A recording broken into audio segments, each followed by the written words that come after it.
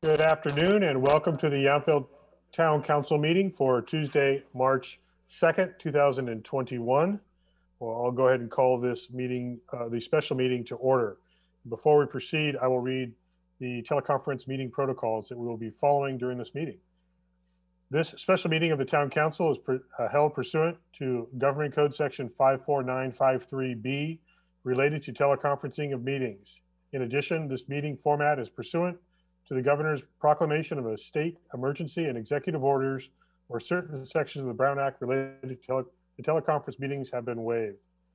The town manager is present in his office. I am present in the council chambers, and Vice Mayor Dorman and council members Moeller, Dornbecker, and Knight, along with staff, are participating remotely by video and audio in conformance with the Governor's executive order. The public has been able to participate by email comment to publiccomment@yville.com. We do have one public comment we'll be referencing later in the meeting. I'll now ask our clerk to conduct roll call and ask each member of the council to confirm if they are able to hear the proceedings and if they have a copy of today's agenda. Michelle. Thank you. Councilmember Knight. Present, and I have a copy of the information. Thank you. Thank you. Councilmember Dornbecker. I'm present and I also have a copy of everything. Thank you. Councilmember Moeller. Yes to both questions. Thank you. Vice Mayor Dorman. Present, and I have copies. Thank you. Mayor Dunbar. Yes. Thank you. Yes to both. Thank you. Before we proceed with the agenda, I'd like our viewers to know any vote taken during this teleconference portion of the meeting will be taken by a roll call vote led by the town clerk. And as I mentioned before, public hearing, administrative regular items that have representatives that are not staff will be provided to access our meeting when appropriate on the agenda. So with that all taken care of, you would please join me in the Pledge of Allegiance. I pledge allegiance to the flag of the United States of America and to the republic for which it stands, one nation under God, indivisible, with liberty and justice for all.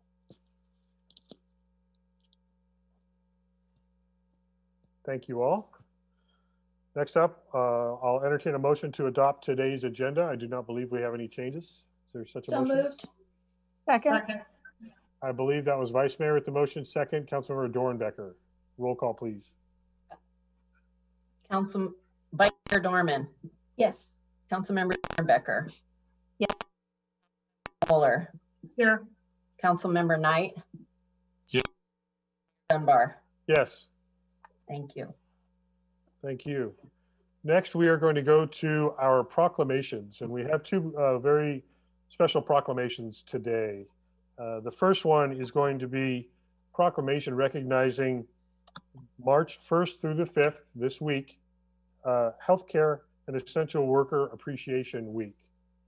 And I will read this proclamation first. I am going to show it to you. The proclamation reads, declaring March 1st through the 5th, 2021, Healthcare and Essential Workers Appreciation Week. Whereas in March of 2020, the COVID-19 coronavirus emerged as a public health crisis throughout the world, resulting in unprecedented emergency orders to stay home, close schools, stop non-essential travel and business activity, and to implement personal hygiene practices to reduce the risk of infection and transmission. Whereas the coronavirus quickly grew into a global pandemic that required a massive response by healthcare workers, hospital staff, and other first responders to determine and provide the treatments and therapeutics required to battle COVID-19. Healthcare workers were required to wear personal protective equipment and implement other procedures to reduce the risk of their own exposure to the coronavirus while caring for sick patients. Whereas government directives identified businesses needed to maintain the operations of essential critical infrastructure and other sectors designated as critical to protect the health and well-being of the general public. Those sectors include food and agriculture, energy, water and wastewater, transportation, critical manufacturing, government operations, national defense, and residential and sheltering facilities and services.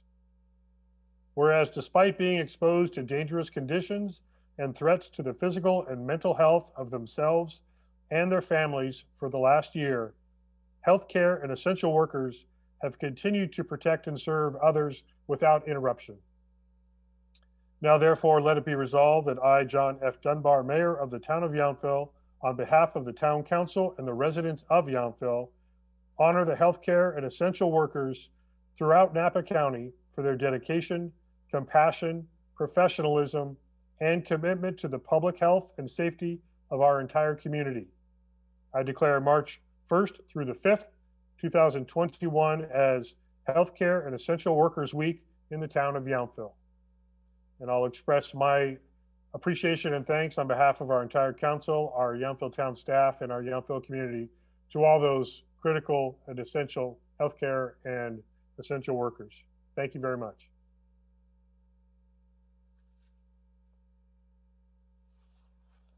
Next, I offer a proclamation. Let's see, gotta find that camera. This proclamation is in remembrance of the Pathway Home's 3 brave women. Whereas for more than a decade, the Pathway Home nonprofit organization provided educational, professional, and clinical support in a residential setting to post 9/11 veterans who were pursuing academic or vocational opportunities while they transitioned back into civilian life following their military deployment. Whereas located on CalVet's Yelpful Veterans Home campus, the Pathway Home included programs and services that supported military veterans who struggled with mental and emotional challenges, including post-traumatic stress disorder and traumatic brain injury, among other clinical conditions. Whereas a little more than 3 years ago, on the morning of March 9th, 2018, a gunman broke into the Pathway Home facility, took staff and members hostage, and later shot and killed Dr. Jennifer Gray Golick, Executive Director Christine Lober, and Dr. Jennifer Gonzalez Chuchariba before killing himself.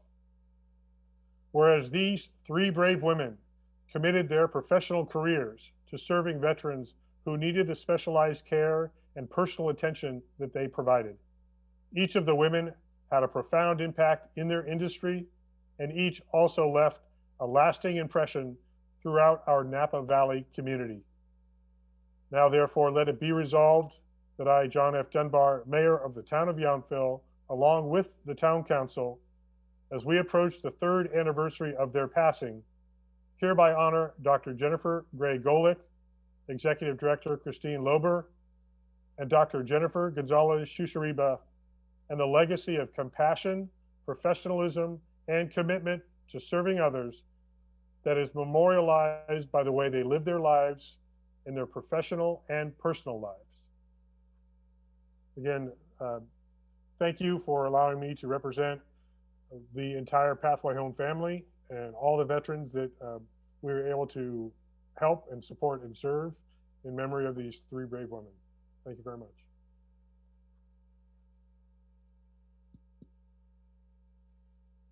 Okay, we will move on now to our next item, which is public comment. And I believe we do have one public comment. Michelle, would you please read that into the record? Yes, thank you, Mayor.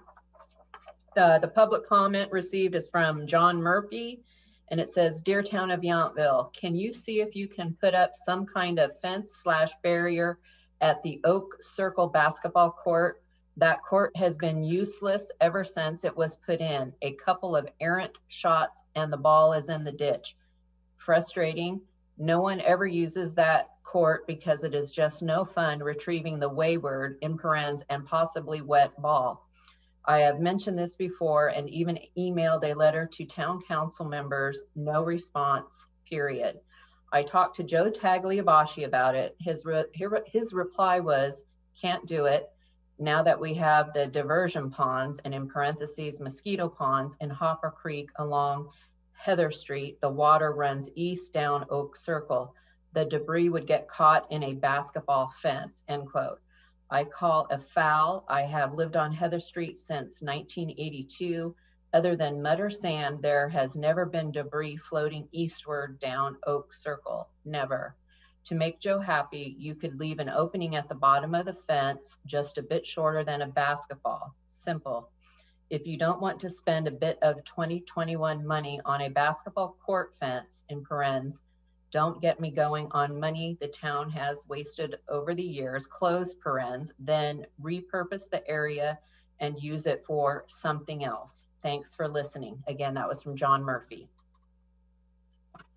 Thank you. And I know we're not allowed to reply to public comment, but I do know for a fact that I and other council members forwarded the email received by Mr. Murphy to our staff, and there were, I think, legitimate concerns shared about the conditions there, as he referenced from Joe Tagliabashi and others. Okay, And Mayor, yes, Steve. what we'll do is, I think there may be some solutions that can perhaps partially address some of this, and I'll work with our public works team when the director is back to see, we may be able to look at something that has a degree of opening or utilizes some of the hog wire fence type of, so let me go back and work with our team and see if there may be some type of a simple low-cost solution that could be a win-win. And I will just for the record say, though, that in spite of Mr. Murphy's observation, there have been quite a few number of people using the basketball court. So that I will say, but I will also say, if you're a bad shot and you don't get your rebound, there is a chance it can end up in Beard Ditch. So I'm not going to argue that. So if there's a way for us to, on a low-cost way, look to see if we can improve the situation, we will try to do so. Okay, thank you, Steve. No other public comment received. Michelle, thank you. Okay, No. we'll move on to our consent calendar. We have items 7A through F. Any questions or any requests to pull any items on the consent calendar? Seeing or hearing none, I will go ahead and entertain a motion to adopt the consent calendar as presented. I'll make that motion that we adopt the consent calendar. I think that was Councilmember Moeller. Did I hear Councilmember Dornbecker also? I second. Okay. And Motion, Mayor, excuse me, I will abstain from 7F, the meeting minutes. Thank you. Okay, thank you. So let's take a separate motion on that. So Councilmember Moeller, could you amend your motion to items 7A through E? I will accept that friendly amendment. And Councilmember Dornbecker, you second that? I will. Thank you. So let's have a roll call vote on items 7A through E. We'll handle 7F separately. Michelle? Thank you. Councilmember Moeller, Yes. Councilmember Dornbecker, Yes. Councilmember Knight, Yes. Vice Mayor Dorman, Yes. Mayor Dunbar. Yes.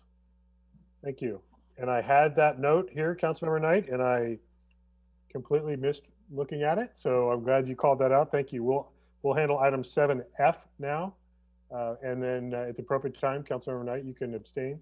So let's take a vote on item 7F, the minutes of the meeting from special meeting on November 17th, 2020. I move that we approve those minutes. Second. Motion by Councilmember Dornbecker, seconded Vice Mayor Dorman. Michelle? Councilmember Dornbecker, Yes. Vice Mayor Dorman, Yes. Councilmember Moeller, Yes. Councilmember Knight. I will abstain. Thank you. Mayor Dunbar. Yes. Thank you. And just as a reminder, we just, prior to that vote, we did approve the canceling of our March 16 meeting. So make sure you adjust your calendars appropriately. Next up, we have a presentation, annual update to the council from the Yelpful Arts Commission for 2020. And there, I was looking on the list for our chair, McDonald, and there he is. So we've let Jim in. Thank you and welcome. Are we He's on starting mute. with Samantha or are we starting with Jim? I'm happy to introduce Jim McDonald as our chair for the Yountville Arts Commission, and he has prepared a great and thorough report for you this evening. So I will turn it over to Jim. Thank you, Samantha. I thank the town council, excuse me, for allowing me to present the 2020 Yountville Arts Year in Review. In 2020, the Yountville Arts Commission had to pivot some of its programming due to the pandemic. That meant holding literary programs on Zoom, converting Art Sip and Stroll to a virtual event, and when we were finally able to open the gallery in September, staggering visitors to no more than 4 in a single family unit at a time. Of course, the Art Walk never shuts down. We installed 9 new sculptures on the Art Walk last year and 5 already since the beginning of 2021. Of note is the Yes, or Yountville Elementary School school book, which was unveiled in front of Town Hall on October 15th. Kim Cook, our vice chair, spearheaded a long process working with the school, council members Durham and Dornbecker, and the Arts Commission. The sculpture was made possible by support of community members, businesses, school families, Kiwanis Club of Yountville, the Yes, or Yountville Elementary School, PTA, and the town. We did sell 9 pieces off the Art Walk last year and another since the beginning of 2021. Obviously, artists are happy with their exposure in Yountville, as well as the sales that we generate. Their Art Walk subcommittee keeps busy identifying artists and securing their work for public display. And the Art Walk audio tour continues to get use with an added mapping capability. The gallery at the community center put on 3 shows with opening nights.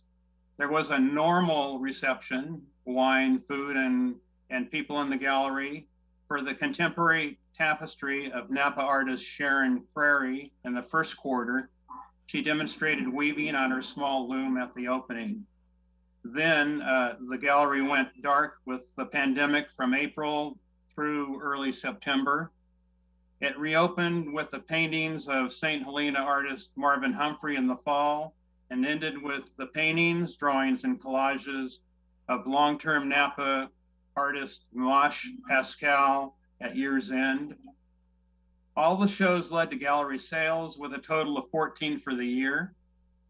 We try to focus on local artists, and 2 months from now, we'll unveil an exhibit entitled Yountville Artists ×3. They will be the 3 local artists. The 3 include Nancy Gates, Yvonne Bundy, and Jeff Spratt. So I'm very excited about that local show. And if you haven't seen the just opened current exhibit of abstract photography of Quinn Sane, please go and take a look at it. It's pretty dramatic. The literary subcommittee delayed Yountville Out Loud until September and switched it to a Zoom format.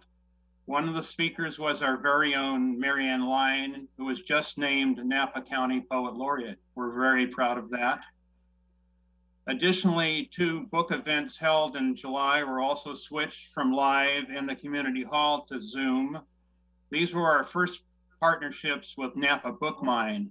The first was San Francisco Year Zero by Lincoln Mitchell, about 1978. The book covered the Moscone Milk Murders, Jonestown Temple Massacre, and a 3rd place Giants baseball team. The second book was Katie Butler's The Art of Dying Well, that generated an especially positive response in our town. The 8th annual Art Sip and Stroll hosted 50 artists in what became a virtual arts festival as part of Arts in April. This year it will be held in June. Higher quality artists continue to join us, and we're hoping to hold an outdoor event with proper precautions. Please follow us on social media. If you go to Yountville Arts on Facebook and scroll back through the past year, you'll see our large number of diverse posts. I would especially like to thank Samantha Holland and Danielle Zoller for the heavy assist we get from them in our digital communications. In conclusion, the 7 members of the Yountville Arts Commission work to try new ideas, keep repeating what works, and will be worthy of your support and continue to be an asset to the town. So if there are any questions from the council members, I'd be glad to entertain them. Jim, thank you very much for that report. Are there questions from the council? Not Councilmember a que- Dornbecker is unmuted. Thank Go you. ahead. Not a question, but a comment. I want to thank the chair, Jim McDonald, and all of the members of the Arts Commission. You do an outstanding job for the town of Yountville. We really appreciate it. And, you know, that everything has improved because of your participation in the Arts Commission. So thank you. Thank you very much, Marita. Or Councilmember Dornbecker. Thank you. Anybody else? I do also. Okay, go ahead, Vice Mayor Dorman. Oh, thank you. And the same, Chair McDonald, or maybe I'll just call you Jim for this purpose. Really, pivot with a capital P. You have made it a word that instead of cringing, we all just applaud it. So thank you so much for all you've done. And I know the staff so appreciates your recognition of their work on this too. You all together are a great team. Thanks. Oh, thank you, Vice Mayor. And I just have a quick comment too. Yeah. Councilmember Mueller, go ahead. Sorry, Jim, I just stopped by this weekend and looked at the current exhibit. I just want to encourage everyone to stop by. It's really fabulous, though. Thanks for putting that together. Thank you. And when I see you, I always think about how you like the rotation of art on the art walk, and we continue to do that. So yeah, that's also great. We like the parrot. Yeah, thank you for your support. Anyone else? Councilmember Knight is not going to be left out of this. Go ahead. I just want to thank Jim and the Arts Commission and for all the work you do. It is quite a joy to be able to walk and drive through town and see the artwork. Thank you. Thank you, Councilmember Knight. And again, there are seven members on the Arts Commission, and we all do different types of heavy lifting. So it's really a team effort. It's not any one individual, and it seems to work. I'll just call out one more thing, which is it's very impressive how many pieces were sold to help us continue to support ourselves in the Arts Commission. It's very impressive. It also speaks to the quality of the sculptures that are continuing to be a part of that art walk. So you're self-supporting in a very good and very publicly pleasing way. So please share all of our appreciation with the entire commission. Yeah, the sales all get kind of plowed back into supporting the artists with their stipends and taking care of pads and plaques and the whole process. One thing I will say, last year was an unusual year with an unusually large number of sales, and I don't know if the pandemic had something to do with that. Maybe people that didn't take trips had disposable income. They thought, well, if I'm not going anywhere, let me buy a sculpture for my home. But we were very pleased with the response to the art walk in terms of sales last year. And we're looking forward to hopefully soon transitioning back to in-person enjoyment of all of this. But again, great job as we had to modify so much this last year. Thanks very much for the report, Jim. Thank you. And one more. Councilmember Dornbecker? Yes. Jim, would you mind calling out the other commissioners' names so that everybody in town knows who the great people on that commission are? Thank you. Okay. Well, you all know our Vice Chair, Kim Cook, through different committees in town, but her long tenure on the Arts Commission. We also have Rhonda Scher, Noel Resnick. I hope I don't leave anybody out. Marty Wordsworth, Robin McKee Cant, who is new, and have I named all seven? And Cindy Caption. Oh, Cindy Caption, right? And Cindy's the one that now is in the gallery on weekends, personally selling to people. So, and doing some of our new digital work, such as a week from Thursday, we have a Zoom event or a live stream event that Cindy is handling with the artist and a woman, Gabriela Fernandez, who works for Kavon or Kavine Radio. So it's interesting how everybody kind of on their own level kind of gravitates toward what they like or want to do within the commission, and it all so you know, it's a team effort.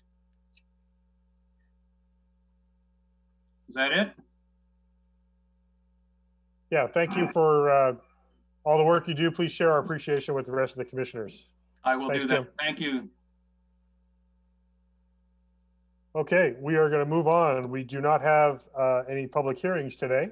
And so we're going to move on to our administrative item 10A, limiting special event permits in Yelpful parks, considering adoption of resolution number 21-4040, approving new administrative policy limiting the frequency and location of special events in town of Yelpful parks.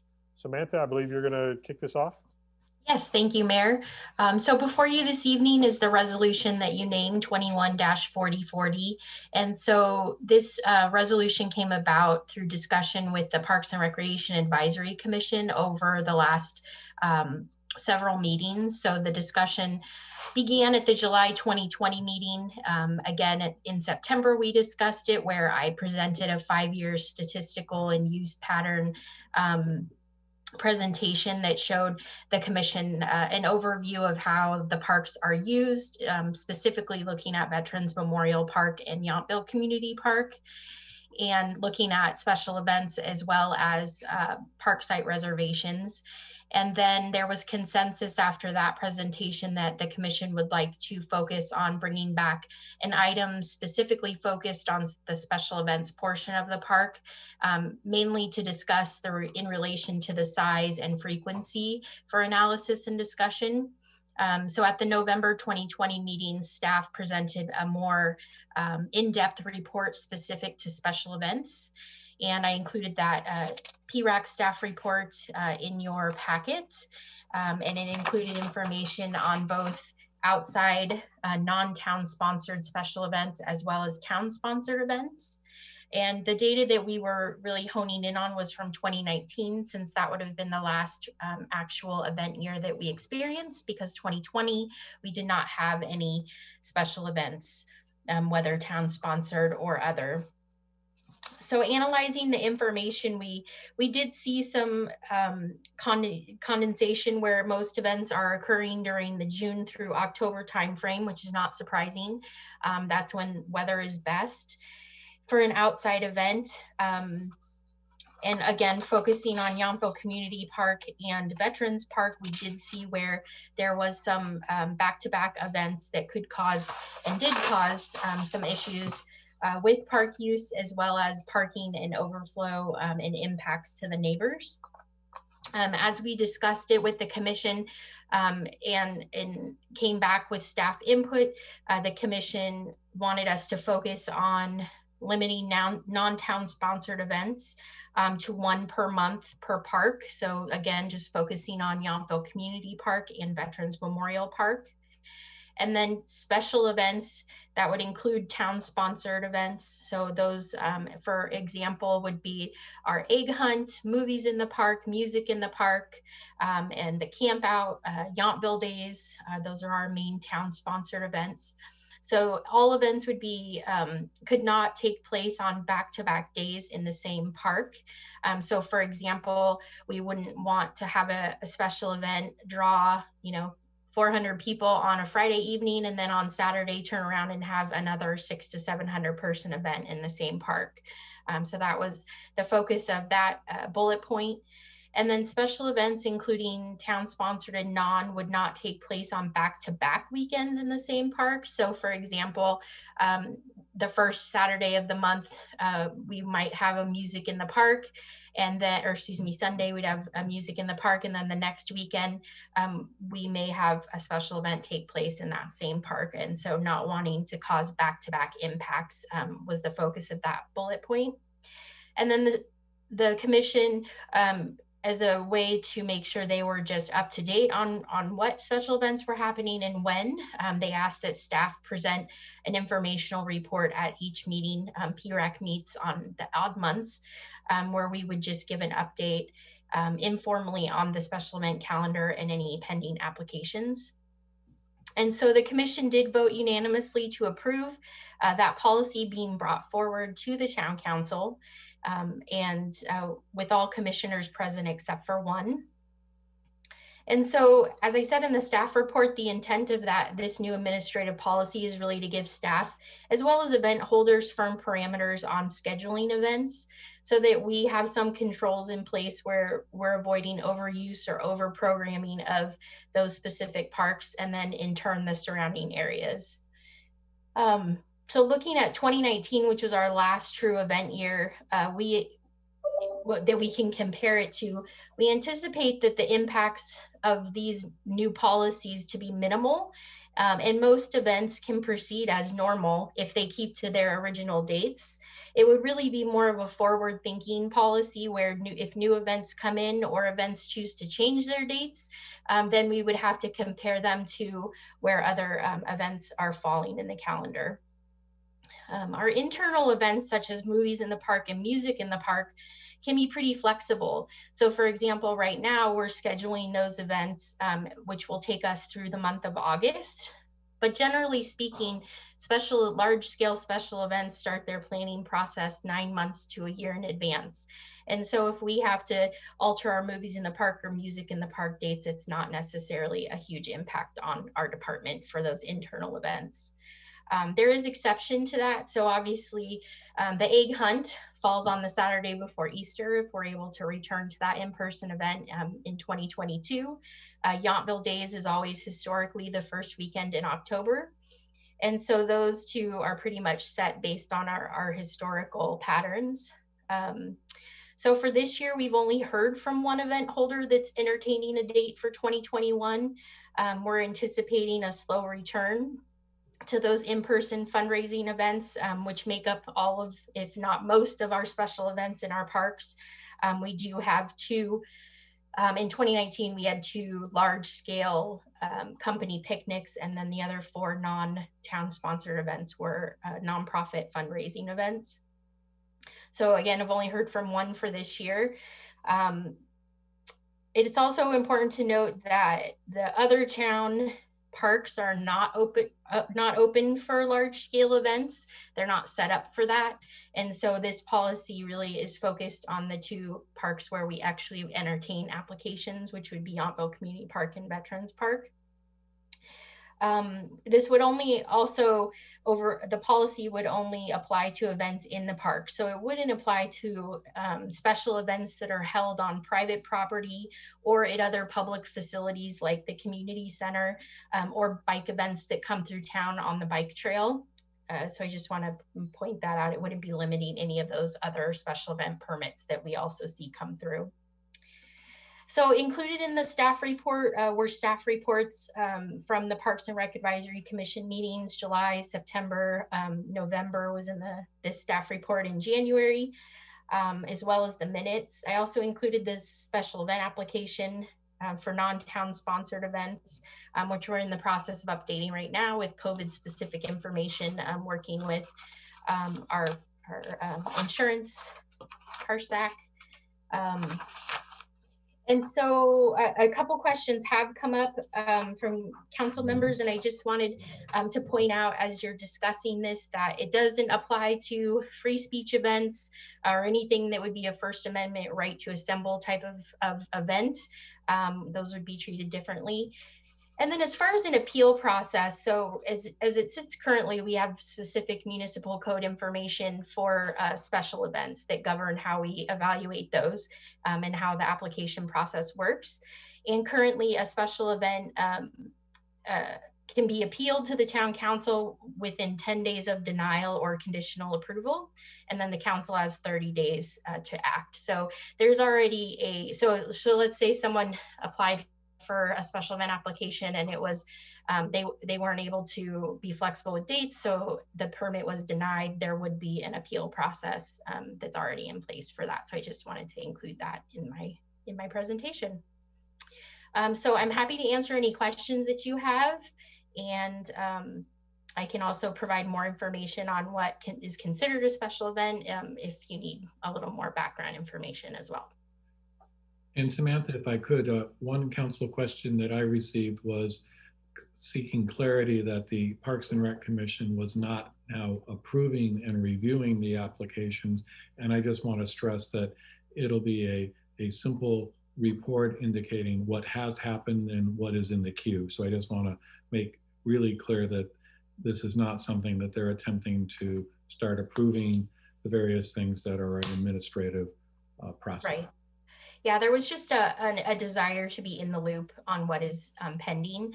But that's a good point, Stephen, maybe just to fill everyone in on is when we do receive a special event application, we ask for those at least 90 days prior to the event, which usually happens. The application is then distributed to most of the different departments within the town, as well as public safety for review and input before we give a conditional approval to the event holder to move forward, as long as we have enough information. So that's really how that process works. And I just also like to, as you work through the Park and Recreation Advisory process, we looked at a lot of the rentals. And I want to make sure that the council knows that we're really dealing with a very small subset.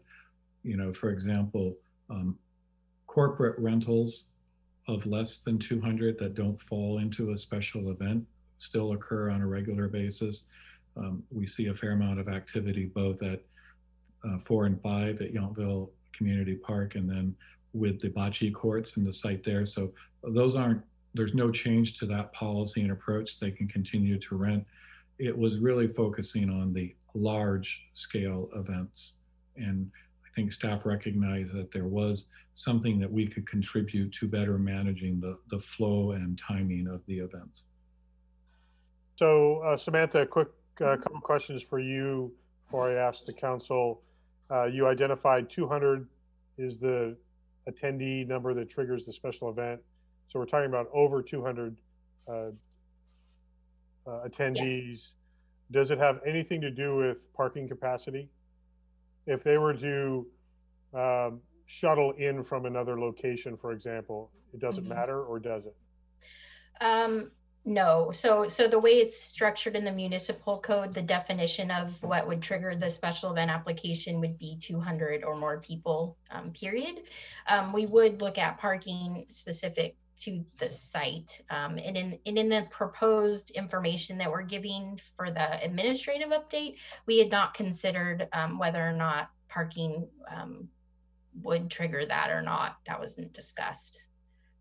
So what was the motivation for this coming to the Park and Rec Advisory Commission? Was it just a single complaint from a resident that lives across the street from Yelpful Community Park, or was it from other sources as well? So we had received several comments, but there was also input from commissioners themselves noting the impacts, especially, mainly at Yelpful Community Park, because it holds the majority of those events. And taking into consideration the patterns of just drop-in use that we're seeing, I think staff is as well as a little concerned about the capacity and what's in the best interest of the town and our residents, as well as our businesses, to be able to hold these events for everyone, to have a successful event, a safe event, and do it in a structured way that we're not overwhelming the space or the town, because we are seeing such a huge influx in drop-in users in all of our parks. And, we tend to be a destination park. And so when a special event happens in a park, the park is not closed to the general public. And we really don't have a way of counting those drop-in people. So, we could have a 600 person special event and another, 200 people trying to park around the park and parking in the neighborhoods and that type of thing too. So this isn't a way to totally prevent that, obviously. It is a way to kind of control it into, 2 times a month or a limited amount of times a month that those impacts could be seen. So it is something that has been on our radar as far as staff's concerns for quite a while. When the Veterans Home stopped offering the ability for special events to happen on site, we internally had some discussions about, well, what could we actually even hold here in our parks? What is appropriate? And then knowing what we've seen is that there can be really great parking plans and terrific, ways to move people around with hired shuttles, and people will not use them. They will park as close as they can to the event, or they'll walk several blocks to not have to ride a shuttle. So there were really several, to answer your question, there were really several facets that played into this discussion of this. And so there's still the possibility of a Sunday that has a special event, but there's a Friday and a Saturday in the same park that would have events under 200 that could all still happen. Mm-hmm. Okay. Absolutely. Yeah. Okay, thank you. Other questions first from Councilmember Knight?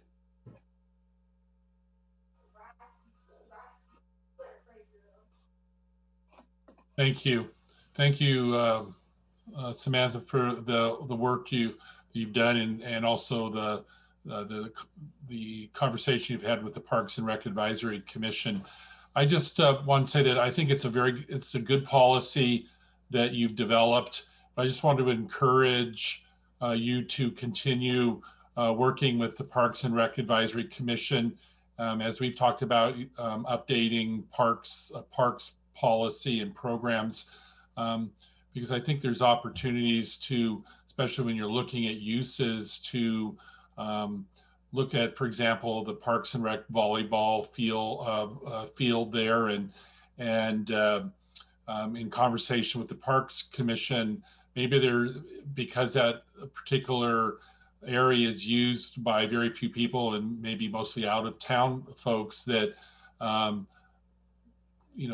looking at that space, putting 6 or 8 tables in that area could broaden the use of the Veterans Home Park for events, including providing more seating for music in the park, but then also to maybe allow for the use of movement of some events that are currently at the North Community Park that could then be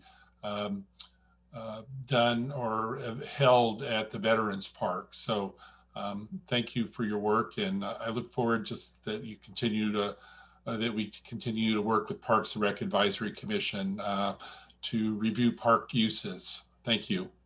And I'm just going to ask that we stay focused on asking questions about the staff report of the item before us. I know Councilmember Knight, you're anxious to help reprogram what's going on in the parks, but let's stay focused on this particular item before us. Next hand raised, Councilmember Dornbecker. Thank you, and thank you, Samantha, for this report. I was wondering how you arrived at the number of 200. Fewer than 200 could be 180. And even though the park at the, Yelpful Park at the north end of town is a large park, that's still a big number. I don't know, I'm just sort of surprised that we didn't look at any number over 50, or something like that. Sorry, I was muted. So the 200 number is actually what just tips for the special event application process. So that's part of that municipal code. But so kind of to fill in that gap, though, You cannot have a gathering of more than 25 people in any of our parks without some sort of a permit. And so when you rent one of our park sites and you receive that permit, that is a permit for that park site. So generally those are 50 to 75 people at capacity. Or you would apply for, if it's a larger event, you would apply for a special event permit. So we do have kind of settings built in to control what we call organized group use of the parks. But for what tips the special event portion is the 200 people. And there's a couple of other categories that would make it fall into that category as well. So does that help? Okay. That is perfect. Thanks so much. Vice Mayor Dorman. Thank you. Thank you, Director Holland, for the report. I know that you guys put a lot of work into this, both you and our commission. I appreciate it. So just to kind of, I want to get my mind straight around the numbers. In 2019, we had, six non-town special events in Community Park, correct? And yes. 2 of those were corporate picnics, and the rest were nonprofits. Yes. Okay, so over the heavy use period, 5 months, we had 6 events. So that's about 1 a month, give or take. Yeah, 6 non-town sponsored events. Right, since 6 non-town. So then I have a couple of, I was just trying to make sure I understand this right.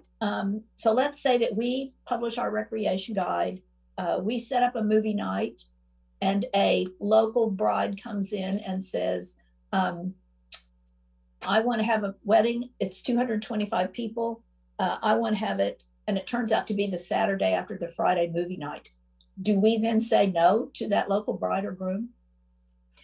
We would offer them the alternate park as long as it fit in the calendar. So there would be, we would offer, so a movie night would occur at Yelpful Community Park historically. So we would, if it was an option, we would then offer Veterans Memorial Park as an option for them, or we would look for another date. And they also have the outdoor space at the community center that could be available for a local wedding as well. Right, but for that park, Community Park, we would say no. Yes. Okay. Then if you approve this policy, yes. Right, if we approve this policy. Yeah. So yeah. So if we approve this policy, and again, let's say we have music in the park set in Veterans Park, got our artist hired, we've put out our marketing for it, and the V Foundation says, you know what? It's COVID. We can't all be under the tent this year. We want to use your Veterans Memorial Park for this. Mm-hmm. If we adopt these policies, that's a hard no, right? Mm-hmm. Okay. Yes.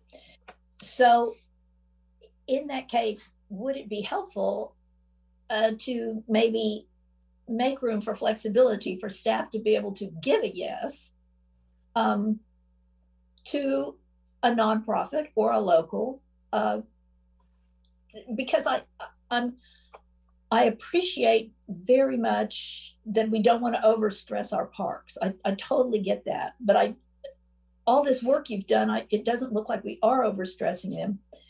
And it seems like staff is really well positioned to decide what's overstressing and what's not. So would it be helpful to say, you know what, the town manager or his or her designee may allow additional events based on some criteria. And I did some research on it. The event furthers the goals, objectives, or character of the town, looking at the size and nature of the event, the crowd size, need for structures, amplified music, street closures, parking, traffic, vendors, impact, whether it's a duplicative event. You know, would that be helpful to build in some flexibility for you guys as staff? I think it could be helpful if that is the desire of the council, that we do have the flexibility. On the other hand, it can get a little squirrely. Okay. So I think what that criteria is, if the council wants to move forward with having that option, should be pretty pretty well set in place, how we would evaluate that type of an event against that criteria. Okay, thank you very much. I do think one Go of the things, as general, I would appreciate flexibility. So I appreciate the vice mayor bringing forward, but I think one of the challenges we have here is that staff uses the guidelines to sort of say, these are the rules, and this is how we manage it. Much like if there's no room at the inn, there's no room at the inn, or if somebody comes to rent the community center and somebody has rented it before them. But I do think, and it's something that the council has done often, we can come back and review this after a year, because again, I want to really stress that the staff and PRAC commission looked at a wider range of activity and really came down to just focusing on these. And I do appreciate that, you know, what you're recognizing is, one, we've increased the number of town events in some ways, and we're balancing both parks, and maybe it's not as big a problem. Now, I'm just going to say there are some residents, and they may tend to be located in one area, but they might disagree with that assumption.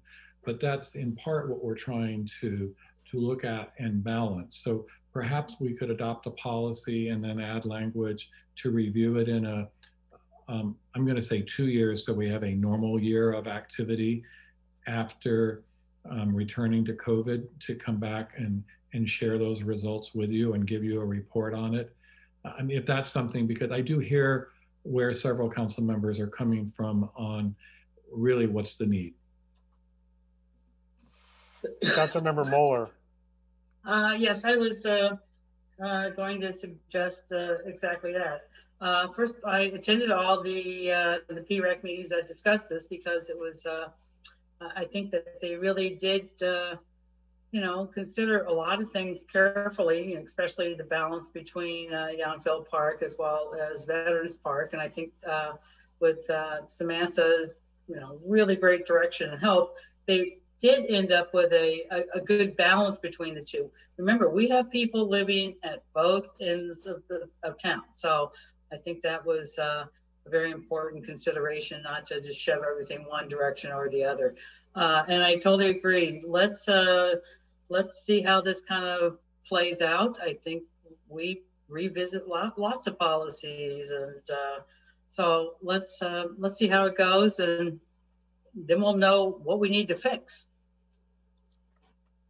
And I just want to make sure too, and with, I think I said it before, but there is a current appeal process in place. And so if there was an application that was denied based on the date in this policy, they do have 10 days to appeal to the town council. So there is an appeal process in place. Okay, I don't see any other council hands. I do now. Councilmember Knight. Thank you, Mayor. So just following up on how, and that's what I was. We put this policy in place that says these are the only times you can have special events in these two parks. And you turn down, the staff turns someone down because there's an event the night before, the weekend before, whatever. Are you saying that if the applicant appeals, would council then, would it have to come to council for an exception? Or, I mean, because at this point there's an appeal process but there's no number in place. But if we say, here's the policy, you can have this many, and somebody says, well, I want this many plus one, how does that work? So it is fairly ambiguous. I mean, even right now, so I could deny a special event permit because it's 2,500 people, and we know that that is way over the capacity, and the person could still say, oh, well, I'm going to go and I'm going to appeal it. And so it's really based on what, you know, similar to what Sandra does with reports, is we would have, you know, we would have statistics and findings to say, you know, Yelpful Community Park cannot take 2,500 people, and there's not enough parking. So, so that is how the process is set up currently, is the appeal is regardless of why we've denied it. And the denial I've never actually, we've never had an appeal in my 11 years. I have denied, I think, 2 permits just based on, that type of an overall fit, that it just wasn't comparable. It wasn't something that we could compromise on for safety and other purposes. They haven't appealed it. But those are things that, between myself, Public Works, and planning and public safety, we look at all of those things and make sure that it fits. So the appeal process is fairly broad, but that's what it is. Maybe Gary, I don't know if you want to weigh in. Yeah, to answer your question, Vice Mayor, the council would still be bound by the policy as part of that appeal. And so the question before the council would be whether or not staff made a decision in compliance with the policy and the municipal code and any other standards that are in place at the time. So no matter how worthy a council thought having one extra event would be, we would not have discretion to say yes on the appeal, because our policy would say, here's the number. Right, because like any other appeal, the question is, did staff act in accordance with the policy and the law? And it would be up to the council to review that decision. Thank you.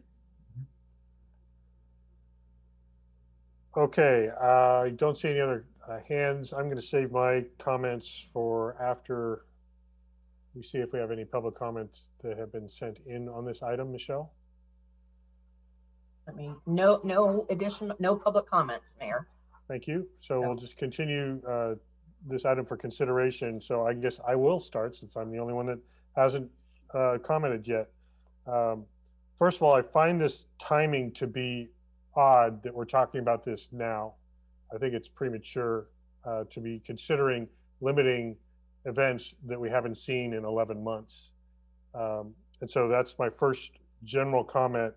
I like the Vice Mayor's idea of providing flexibility and a little bit of administrative consideration. What that looks like, I'm not sure yet, but I think we should take more time to consider this policy. Right now, I think it's excessively restrictive, and I think we're going to have unintended consequences with the kind of tight restrictions that are being proposed here. Doesn't mean that I'm not open to reviewing current conditions and policy, but I think that we need a little bit more information to evaluate. Is this about noise? Is this about parking? Is this about people wanting private parks in the neighborhoods that are really public parks? What is it that we're trying to fix is one question I don't really have a clear understanding on yet. Also, I think to the Vice Mayor's point about the appeal process, what's the point of an appeal process if it's written in the policy that says under 200 you can have events, over 200 you have only this number of events and the other restrictions? There's nothing to appeal. The way I read that, if somebody has already got an event, then you're out of luck. I know there are other options, but that's not an appeal. The appeal would be if you deny it because they don't meet the criteria, then there's no real appeal process, in my opinion.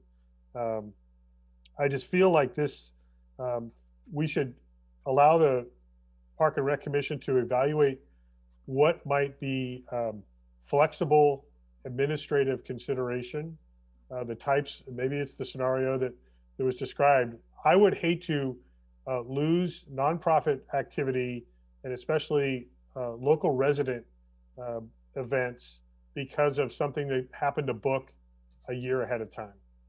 And I think we need to identify, are we talking about the number of people, the number of vehicles that are associated with those people, the noise, the duration? I think there are other ways to get to a result that controls the impacts rather than what I see as really quite restrictive and excessive limitations.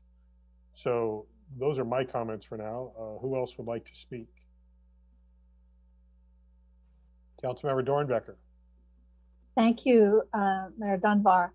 I can see your point, and that I was confused too, because if it was a hard set at 200, you know, you could have 190 people. So I realize that there are, you know, you would have to have some sort of permit anyway, but I really think that we should have some leeway to accommodate, especially if they're staggered. I mean, I can understand not wanting to have a, you know, an event for 300 people in the evening and then 500 people in the morning, the following morning in the same park. That's too hard on the park.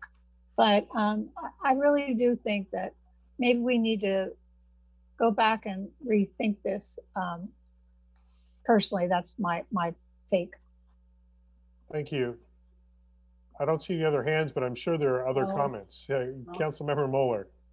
I think you also make a lot of very good points, Mayor. I was watching, as I mentioned, all these meetings because I wanted to see what the issues were. And again, some of the early things that came up was don't have anything, put them all down at Veterans Park. And then a couple of the members on the commission actually brought up that there are people down there. You know, we have, and a lot of people don't really even remember it a lot or notice it, but there's quite a few people living in those apartments right across the street associated with Hotel Yelpful. And as well as, you know, 2 mobile home parks as well. So versus, you know, just maybe a few houses along the upper park. So they did, I think, a very good job of not just moving everything from, you know, north part of town to the south part of town. So I thought that was a very good discussion and direction. But again, it was a bit of just what I got a sense of was, you know, we want things limited up here. And so, and Sam, correct me if I'm wrong, they asked Sam to kind of bring back the facts so they could see how to limit what was existing right now. I think you make some very good suggestions about what's the problem we're trying to solve here.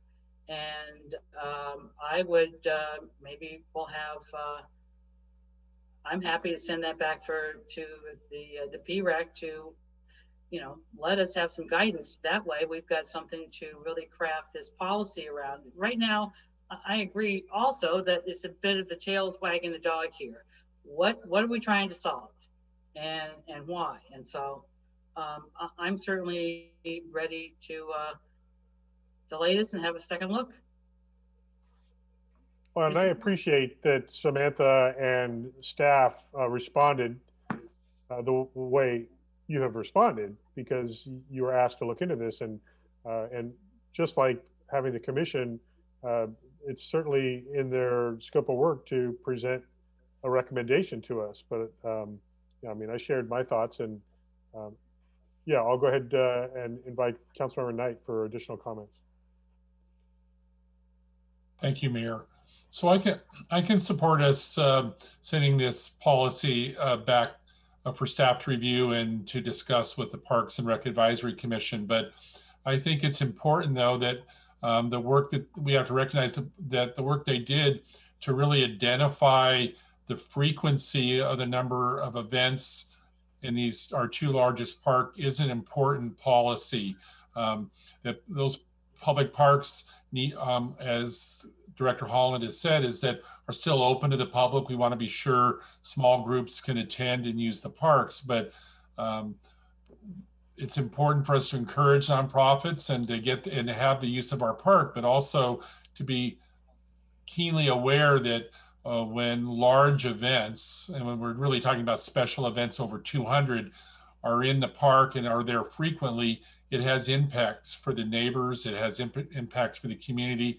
It limits the use for smaller groups because of the larger event. And so I hope, I support taking it back, but I do hope they can come back soon with a review in 6 months or so, or sooner, so that we can discuss it again and see what came out of their further discussion. So thank you.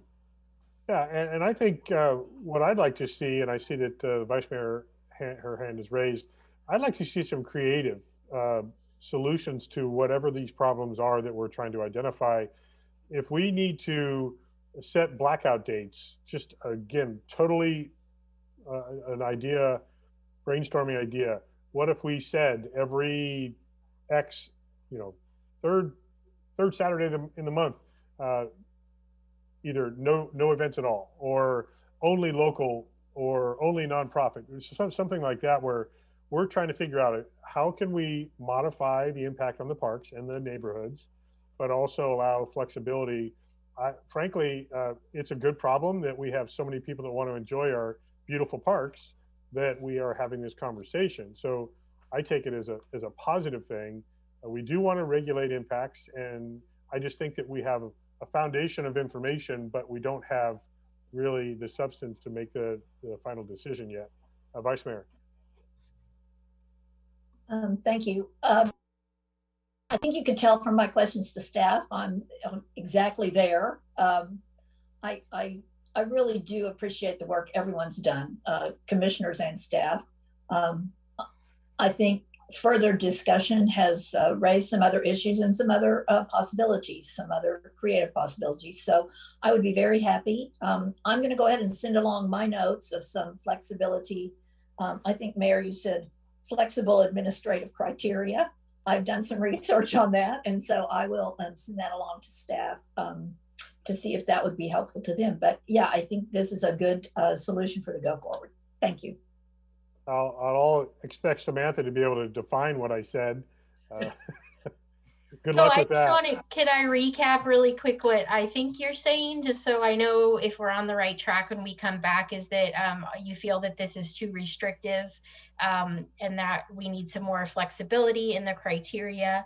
I'm not sure. It may have been my fault to not completely convey what the problems that we're trying to solve are, so I can bring more information forward when we talk about that. And I understand, wanting to find creative solutions, and sometimes those creative solutions could equal increased cost, to the nonprofits, because most of our issues surround parking. And we know that's the hot issue for everything we do in Yelpful. So we have to find some creative solutions around that, because that is parking and noise impacts are the main issues that we're trying to figure out. But so coming up with more creative solutions to regulate those impacts, and some more flexible criteria is what I'm hearing. Is that?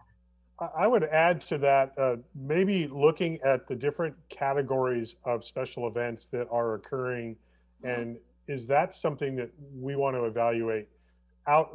Again, is an out-of-town corporate event to be treated the same way as a local nonprofit fundraiser? That's kind of what I would like a little bit more thought and analysis in.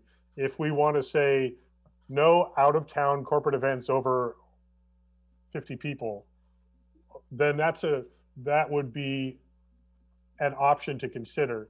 But I think right now everything is being treated the same way, and I'm not sure that that's what we really want to do. I think we want to emphasize local and nonprofit, as the Vice Mayor called out earlier, and then see how everything else fits in. And let's not forget, we're a very active user as a town. We're a very active user in these special events, which is a real benefit, I think. But to acknowledge that it's a benefit if you don't live right across the street from it. If you don't really like the fact that Friday nights you have a couple hundred people in a movie going on, then maybe that's something we need to reconsider too. Right, exactly. So yeah, I mean, I'm just brainstorming while you're talking is something, we can work on, as well as, giving some levels of priority as well. So we can explore that. And in terms of timing, is the PRAC meeting schedule regular right now? Is it more intermittent in terms of we're meeting regularly every other month. They meet every odd month. So we'll be meeting again this month at the third week of this March. so we can talk about it then. I don't anticipate this will come back to you for quite some time, you know, for probably a meeting or two. But I feel that it's, you know, as you mentioned, it's really not something that we need to fast track. It can be thought out. I don't anticipate, like I said, I've only heard from one of the nonprofit events that typically hold in the summer and fall that they're interested in even doing so this year. So. Well, and we're still very restricted on gatherings of any real size. So I don't see 200 plus people gatherings in our near future. So I do think that we have time to evaluate this a little further. Even in the red tier, we're not talking about a 600 person event. Yeah, and Mayor and Council, as listening to some of your more recent comments, I'm hearing some interspersing of, is it perhaps time for us to generally review the whole special event permit application? Because I'm going to take that slightly out of park usage, because as Director Holland pointed out, we have special events that occur throughout the community. They can also occur on our parks facilities. And it may be time for us, based on some of that feedback, to look at criteria, priority, and then perhaps when it comes to a park use, there may be some preference or policy considerations given to some of those that they were talked about, so we can do more comprehensive.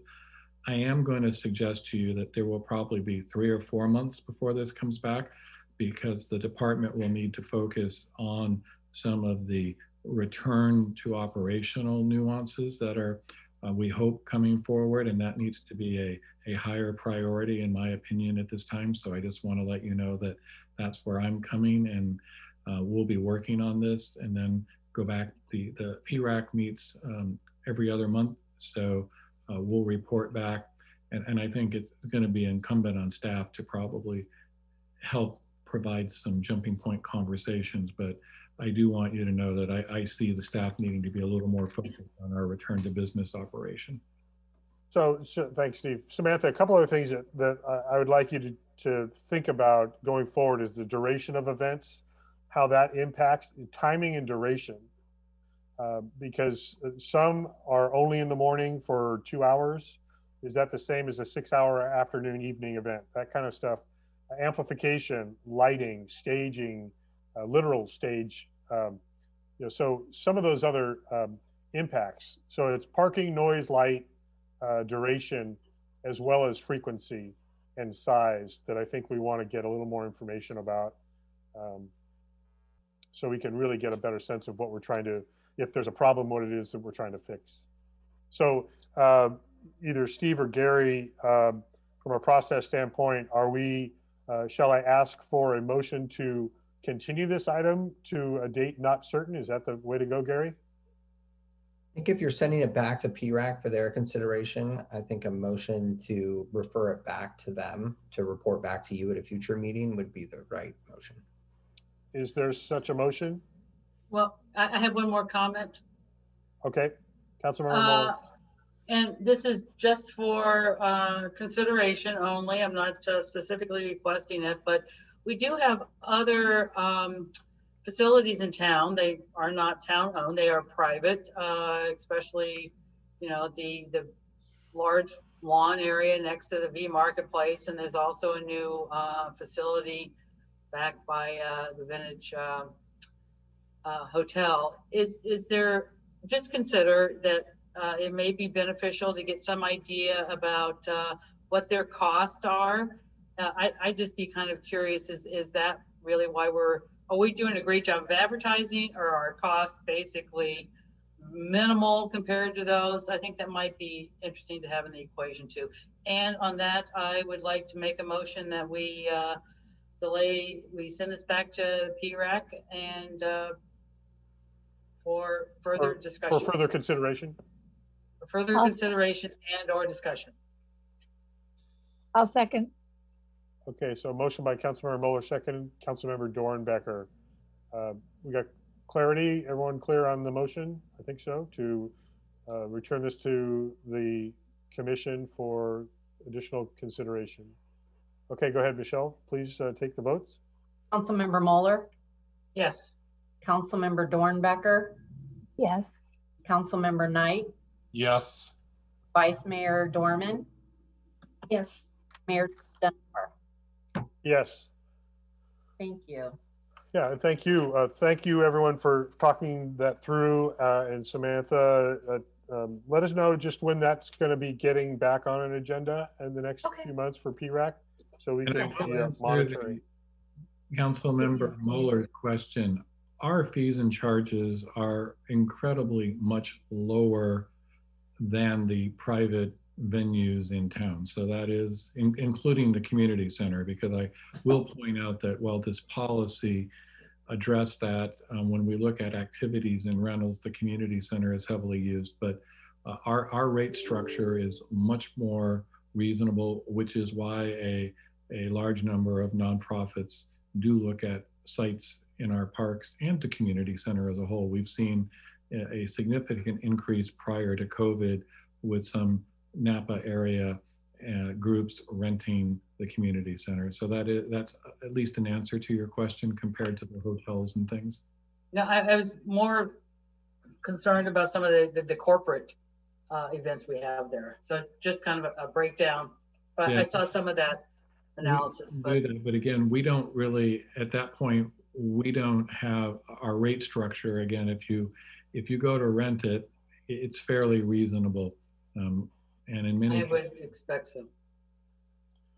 Okay, thank you very much for that. We're going to move on to, before we go to our staff informational reports, I want to reference the fact that we did receive, after our consent calendar items were voted on, there was a public comment sent in late on item 7D, which was the item about the Upper Valley Waste Management Agency Joint Powers Agreement. It came from Leslie Velasco. We are acknowledging receipt of that and that will be added into the record, but that item is closed and has already had action taken on it. So with that, Gary, is that sufficient? Yes, it is. Thank you very much. We're going to move ahead now to item 11A, first of our staff informational reports, updating the council on Yelpful events branding, website, and positioning for return to events. Are we actually going to return to events? That would be nice. So Danielle, this is you, right? Yes, thank you so much, Mayor. So as some of you know, in the summer of 2020, we rebranded the community center rentals and facilities to Yelpful Events. With that, we're able to create brand awareness and align ourselves with anything events related in the town. We came up with a fitting slogan, I think, Toast, Gather, Celebrate, which kind of all encompasses the great part of events. And with that, we did make some social media accounts. We have a Facebook account under Yelpful Events. That's had a little bit of slower natural growth. But with that being said, we've had about 350 website visitors through targeted ads on Facebook to the YelpfulEvents.com website. We also have a Instagram page, and that's grown very quickly. We have almost 800 followers on that platform. And that provides just great opportunities for interacting with those in the wedding and events industry and beyond. Several local vendors have expressed interest in future partnerships as soon as we're able to, host some bigger events here. And we also have, let me share my screen. So YelpfulEvents.com, I created this website.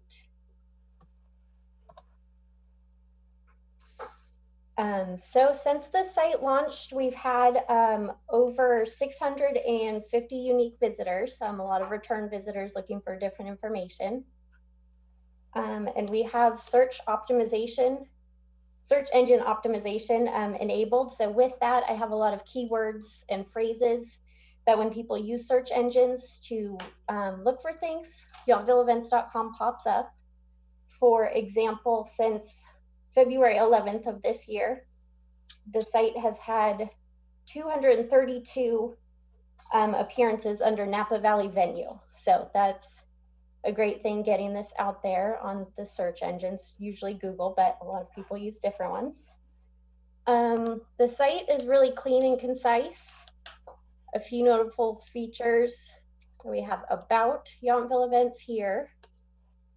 We highlight the spaces available in packages. We have a lot of pre-made packages, just our most popular. You know, we have an 8-hour wedding package, a 12-hour, 4-hour meeting. So kind of your more common event packages that have everything bundled together so people can get a great idea of pricing that way. And then we also have some great local resources. So I've compiled all kinds of lists for anything wedding or event related, and you can just click on it and there's PDFs of everything, which make it easy for not only people renting our facilities, but anybody in the Valley who's looking for local vendors and resources. And I also made a form, let's see, that makes it super easy from start to finish for the rental process. I have a cheat sheet, I have a rental inquiry form. We have rules and regulations, a contract, everything that somebody would need from start to finish to rent one of our facilities is available right there for them, and then they can just send it my way.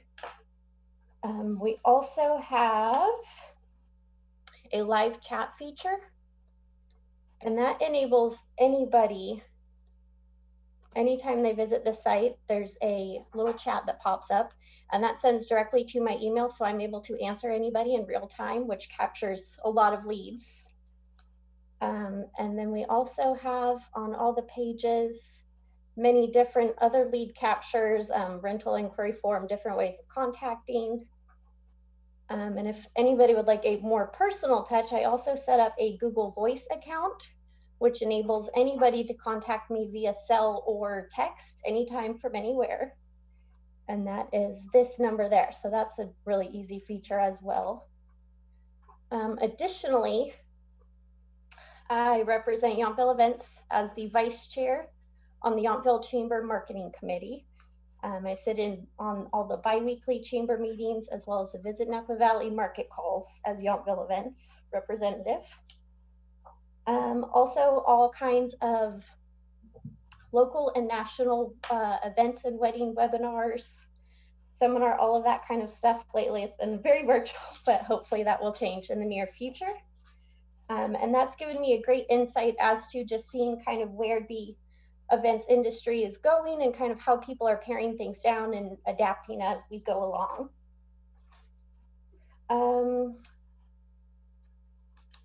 I also try to attend as many webinars and virtual networking events through the International Live Events Association and their Napa Sonoma chapter. So that gives great more, local resources and trends. And then as far as staying current and our plans for future events, we're staying up to date with the latest guidance from the CDC and California's blueprint for a safer economy. Just researching and making sure we're up to date on all of the tier red as we go into that tomorrow. Due to a recent California court ruling, we're now permitted to host indoor and outdoor gatherings as they fall under a cultural ceremony category. So in red tier, we will be able to operate at 25% capacity, and as we go into yellow and orange at 50% capacity. So that's been huge, and we've been able to contact all of our rentals about that, and that's really encouraging to people. And then just staying familiar with and ready to implement the CDC's events and gatherings readiness and planning tool. So that's a big long checklist and has everything we'd need in order to operate events safely as we are able to host things in person. So, and I think that's kind of a quick rundown of everything that's been happening lately with Yountville Events, and I'm happy to answer any questions. Thank you very much. And we do hope that it becomes real, not just virtual soon and safely. Absolutely. Great. Any questions from the council? Seeing no hands. Did we get, I'll just leave this question open, Michelle. If there's any public comment on any of these informational reports, I don't expect any, but if something comes in, please let me know. Okay, there's none at this time, but I'll keep an eye out. Thank you. So instead of Danielle, doing an intro for Danielle. Can I do an exit Yes, something? please do. So we are just so thrilled to have Danielle here in our department. And as you can see, she has a lot of talents. And so this website is something she built from the ground up and is just spearheading all of these really useful and easy to access tools, making it very easy for people to find us. We do have some events on the books in June and going forward into the summer. So having the cultural events, weddings specifically, and funerals that Danielle was talking about, that we can hold under that cultural ceremonies legislation is good news for those people, although there are a lot of changes and there are a lot of check boxes that we're going to have to check. It's providing them some level of comfort knowing that, you know, we can achieve these things. So I am super confident and really excited for how we're positioned to come back with our facility for rentals. So thank you, Danielle, for all your hard work.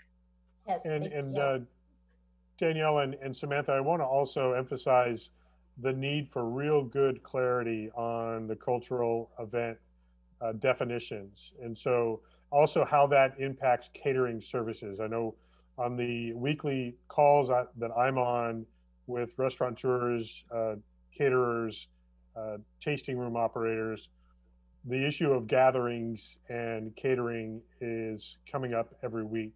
And so if you have clarity that we can offer on the website, if you aren't already doing it, so that we can direct them right there, exactly what it says, if there are head count restrictions, if it's the certain types of gatherings, because cultural gatherings might be defined by A, B, and C, but then somebody wants to do D and that doesn't fit. So as clear as we can give that guidance, especially as everyone's thinking now we're going into this less restrictive tier, that would be helpful. Thank you. Okay, thank you again, Danielle, and look forward to your updates as we get into the rest of 2021. Let's move ahead now to the monthly financial report for January 2021. And I believe we have Kyle ready to go on this one. We have a couple of reports from you. This is report number 1. Kyle, go ahead. Celia's actually going to take this one. Sorry, yeah, Celia, go ahead. I'm going to take this one. Kyle will get to do something more fun later on. So okay, Celia, go ahead. I'll take this one. Thank you, Mayor and Council. Just a very brief update, as there's not much new information here. We are now just over 58% through the current fiscal year. 2 of our main general fund revenue sources, which are sales tax and transient occupancy tax, are still very low due to the impacts of COVID-19.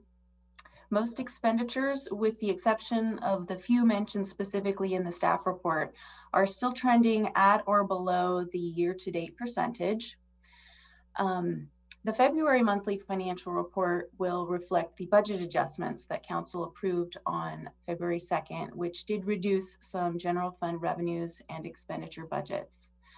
Reminder that we have not yet used any of the revenue stabilization reserve funds. That will not happen until we end this fiscal year and determine the amount of expenditures over revenues.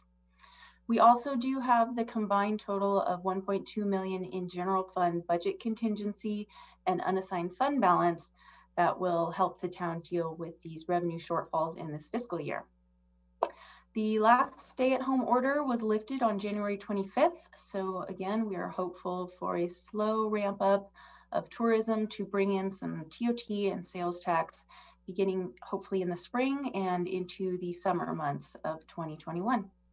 Are there any questions about the report that I can answer? Any questions from the council? I noticed that Celia, you took that one because you had to give us that bad news about the the lack of revenue generation going on. Yeah, it was nice of you. You had such a great string of nothing but great financial news for like almost a year. Yeah, well, let's hope the good news will start coming back soon. Right. Okay, thank you for that update, Celia. Thank you.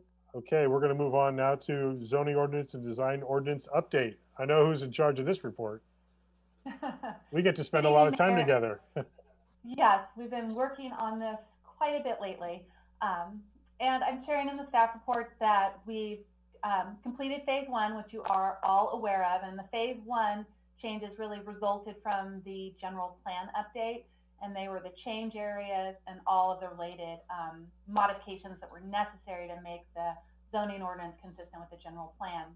Since then, we've moved on to the other chapters of the zoning ordinance, and the goal here is to eventually eliminate the design ordinance and incorporate all those provisions into the zoning ordinance. And the reason for doing so is to make the zoning ordinance much more usable, to go to one location and find all the rules that you need for a single property or a single zoning designation. So we're working through the remainder of the commercial zones, all of the residential zones, and looking at issues like parking and the use category and tree preservation. And we have a pretty aggressive schedule that we've been sticking to. We're meeting twice a month, and we'll be meeting again this week on Thursday.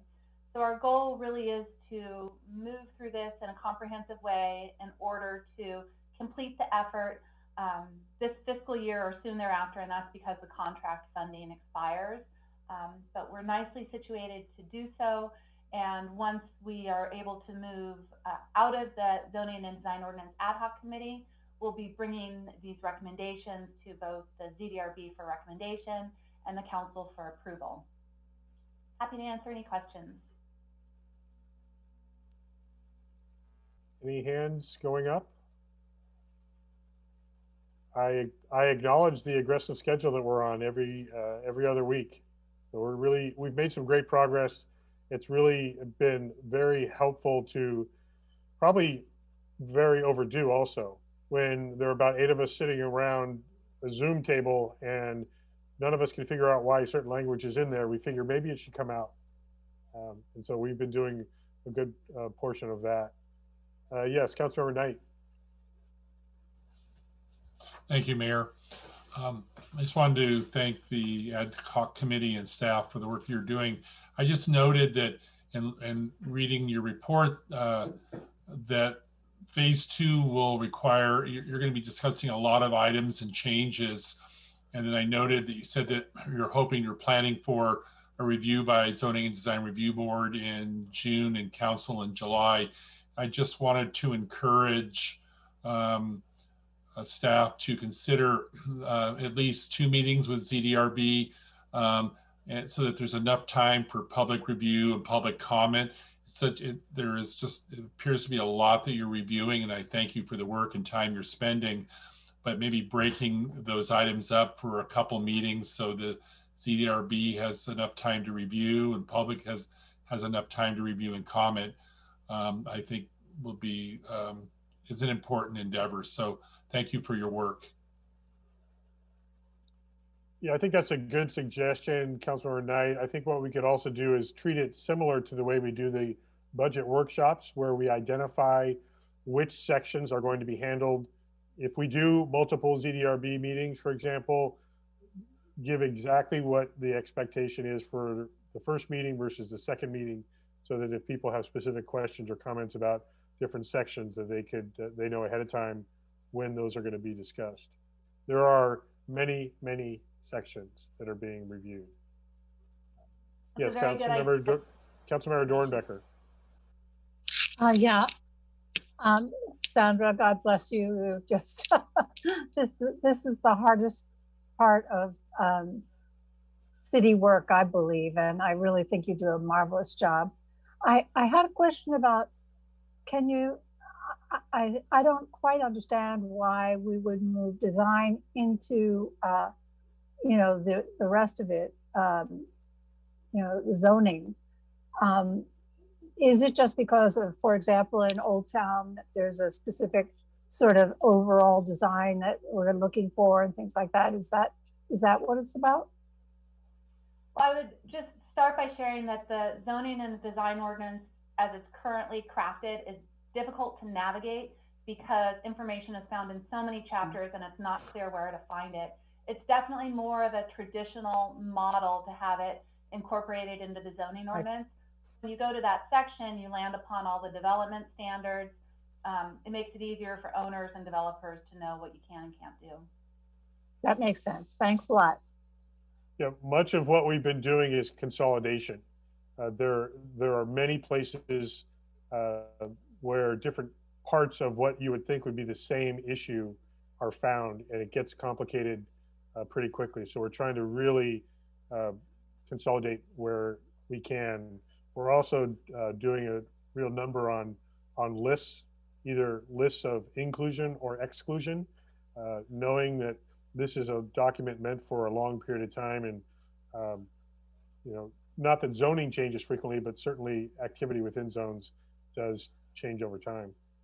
Any other questions? I get that from the ZDR. Yeah. Any other questions from the council? Okay. Sandra, thank you very much. Next, I think we're going to go to John, if I'm correct, and talk about the Hopper Creek Pedestrian Bridge and the Pathway Capital Improvement Project, an update. We have a bridge. I know that's part of the update. Thank you, Mr. Mayor. Bear with me as I share my screen, and hopefully this works.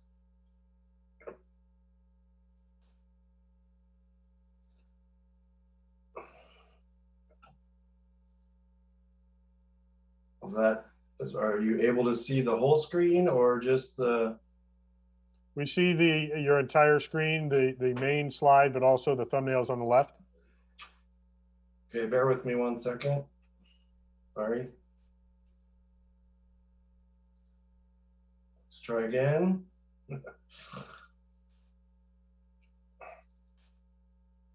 All right, we'll just go with it. How's that? There we go. Good. There it is. Okay, thank you, Mr. Mayor and Council. I am John Ferns, your Deputy Public Works Director, and I am here to tell the story of the last segment of the Hopper Creek Path. So our tale begins back in 1975, 10 years after the town was incorporated, with our first iteration of the general plan.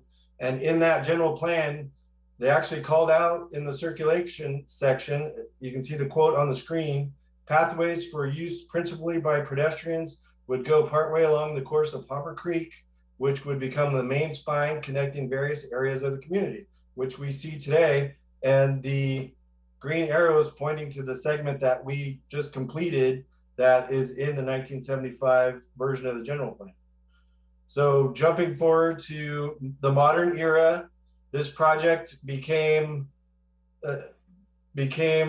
actually became a modern project in the 5-year capital improvement plan back in 2012, and then it rose to the top in 2018 and became an active project in 2019. The town funded the initial design and the CEQA process, and we've also received grant funds from Caltrans by way of the California Transportation Commission via the State Transportation Improvement Program funds. We have grant funds to do the construction. So we designed the project, we put it out to bid, we awarded it to a company called Schaefer Engineering Inc., who has done the work. We gave them a notice to proceed back in 2020, and they began in earnest.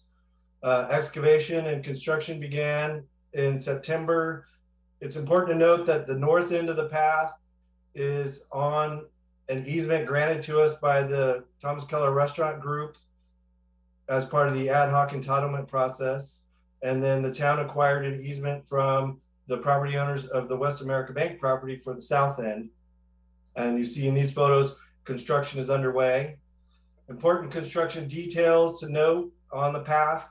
The upper left picture, we made the decision to add rebar and reinforcing steel to the concrete so that in the event we need to get a piece of equipment in there to clear debris or do a flood fight for anything that's occurring on Hopper Creek, the path is up to the standards and can handle that equipment. And on the right side, you'll notice we implemented our town standard Davis sandstone colored concrete. So it's the color is our standard color that we're using in all of our projects. Important safety details include, I feel like we got creative and we needed a guardrail to protect pedestrians and bicyclists from the path from ending up in the creek. And we were creative in repurposing our old street signs. So you'll see, if you visit the site, you'll see our old street signs, street signposts, have been turned into the guardrail along the fence. And then we used our city standard, town standard hog wire fence along the parking lot on the edge of the West America Bank. As the bridge, and as the path was being constructed, the bridge was a long lead item. So the contractor had to order the bridge and have it manufactured offsite. So they worked on the path and then they prepared for the bridge's arrival. So you can see in these photos, they're developing the formwork. They placed the reinforcing steel and they poured the foundations in preparation of the bridge. So the bridge itself was actually constructed in Alexandria, Minnesota, and took a really long trip from there to our little town of Yountville, California. If you do it by MapQuest, that trip would take 30 hours and 34 minutes. I'm not sure how long it actually took, but when the bridge arrived here, it spent its first night in the South Parking area along Washington Street, just south of Veterans Park. And then the next morning, it arrived at its final destination of Oak Circle Park. One of the things that nobody really anticipated was that it would be delivered in two sections, with one section turned upside down on the other section on the back of the truck. So there was a little bit of challenge and creative work to unload the top section, which you see in this photo. And then we had to use the forklift and carefully turn it over to the right side so we could then bolt it together in its entire length of 80 feet. So that's what you see there. We didn't plan it this way, but the parking area for Oak Circle Park was just long enough to accommodate the full 80-foot bridge. So it, as many may have observed, for a week, it sat there until the crane could move in. And then as the crane moved in, because of the size and location of the park and where the bridge needed to go, there was two setups that needed to occur. So the first setup, they had to pick the bridge up and set it in the park, and then reset the crane to set it in place over the creek. So this picture, and some of these, I want to mention some of the aerial footage that you see here is courtesy our sheriff department, and Deputy Sergio Carrillo had his drone out there. So we have some drone footage and drone photos. These are stills from the drone footage. So you'll see these sprinkled throughout. So they had to pick the bridge up from the parking lot and set it over in the park along the fence. And this shows the skill of the crane operator. He was able to set the bridge next to that fence in between the trees and not hit anything. And then it sat there for a half hour or so while they reset the crane, and then back up and away again. They picked it up from that location and then swung it over the top of the park. In this view, you can see the steel plates that they put on the park to protect the surface of the pavers while the crane was there. And then here's a photo from the ground as it's swinging over the creek. And then they set it into place.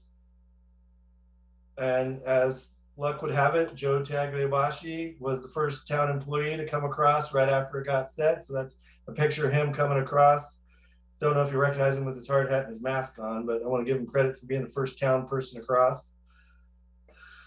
And then that didn't complete the installation of the bridge. They had to pour the concrete deck and the colored concrete approach that you see in these photos.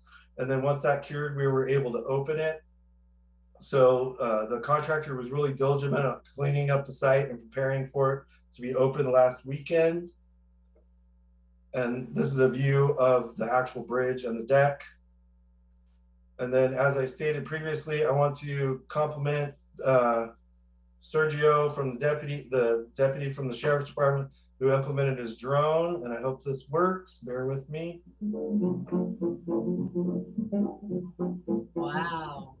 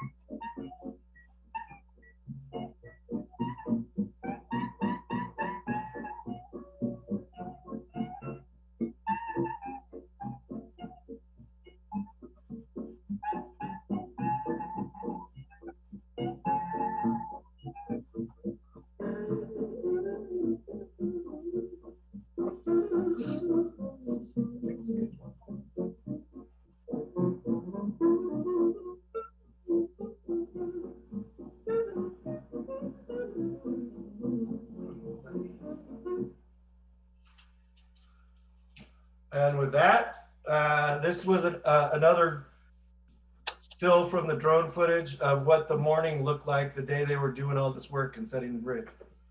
And I'm open to any questions if anybody has any. I have one.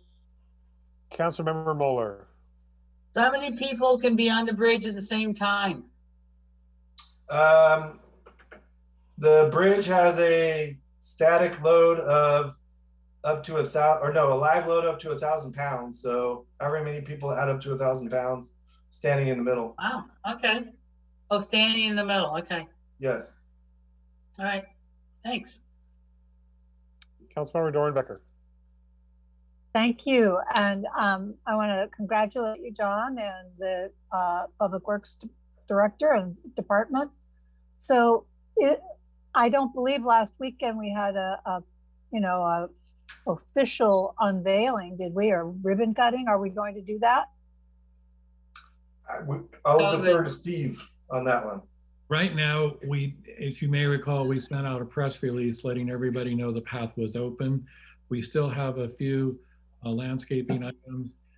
With the current COVID environment, we don't quite meet the criteria for gathering, but we do have a plaque segment that will be installed. So there will be, I think, time if we can see where the restrictions are for a more formal ribbon cutting and acknowledgement of the Public Works Project plaque.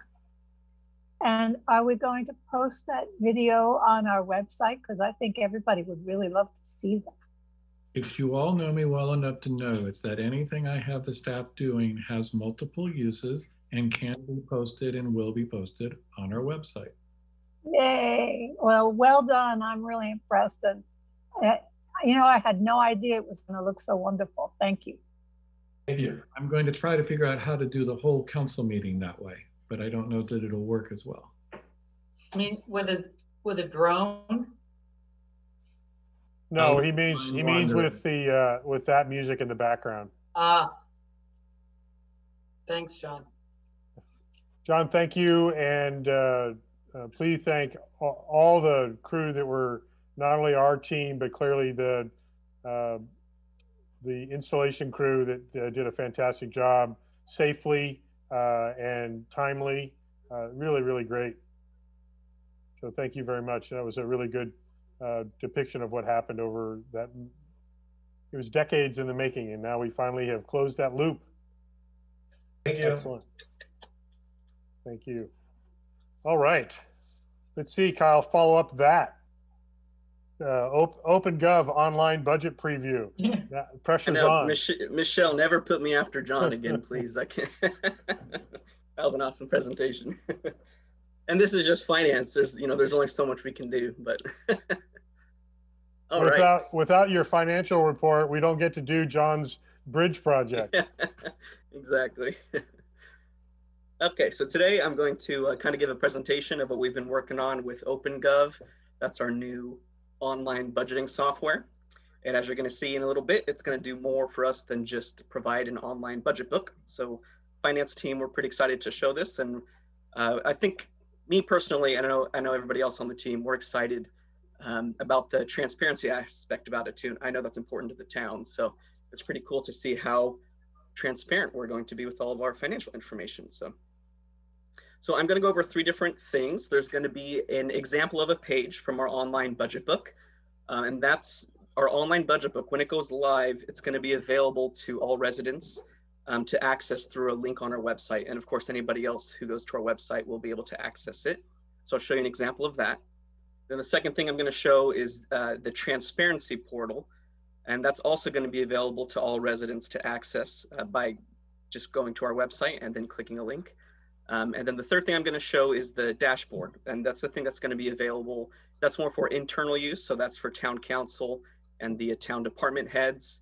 And then you'll be accessing your dashboards by logging into your OpenGov accounts. And everything that I'm going to show, this is all a work in progress. We've been working on it for a few months now, but it's all a work in progress. And our goal right now is for these all to be live at the beginning of next fiscal year.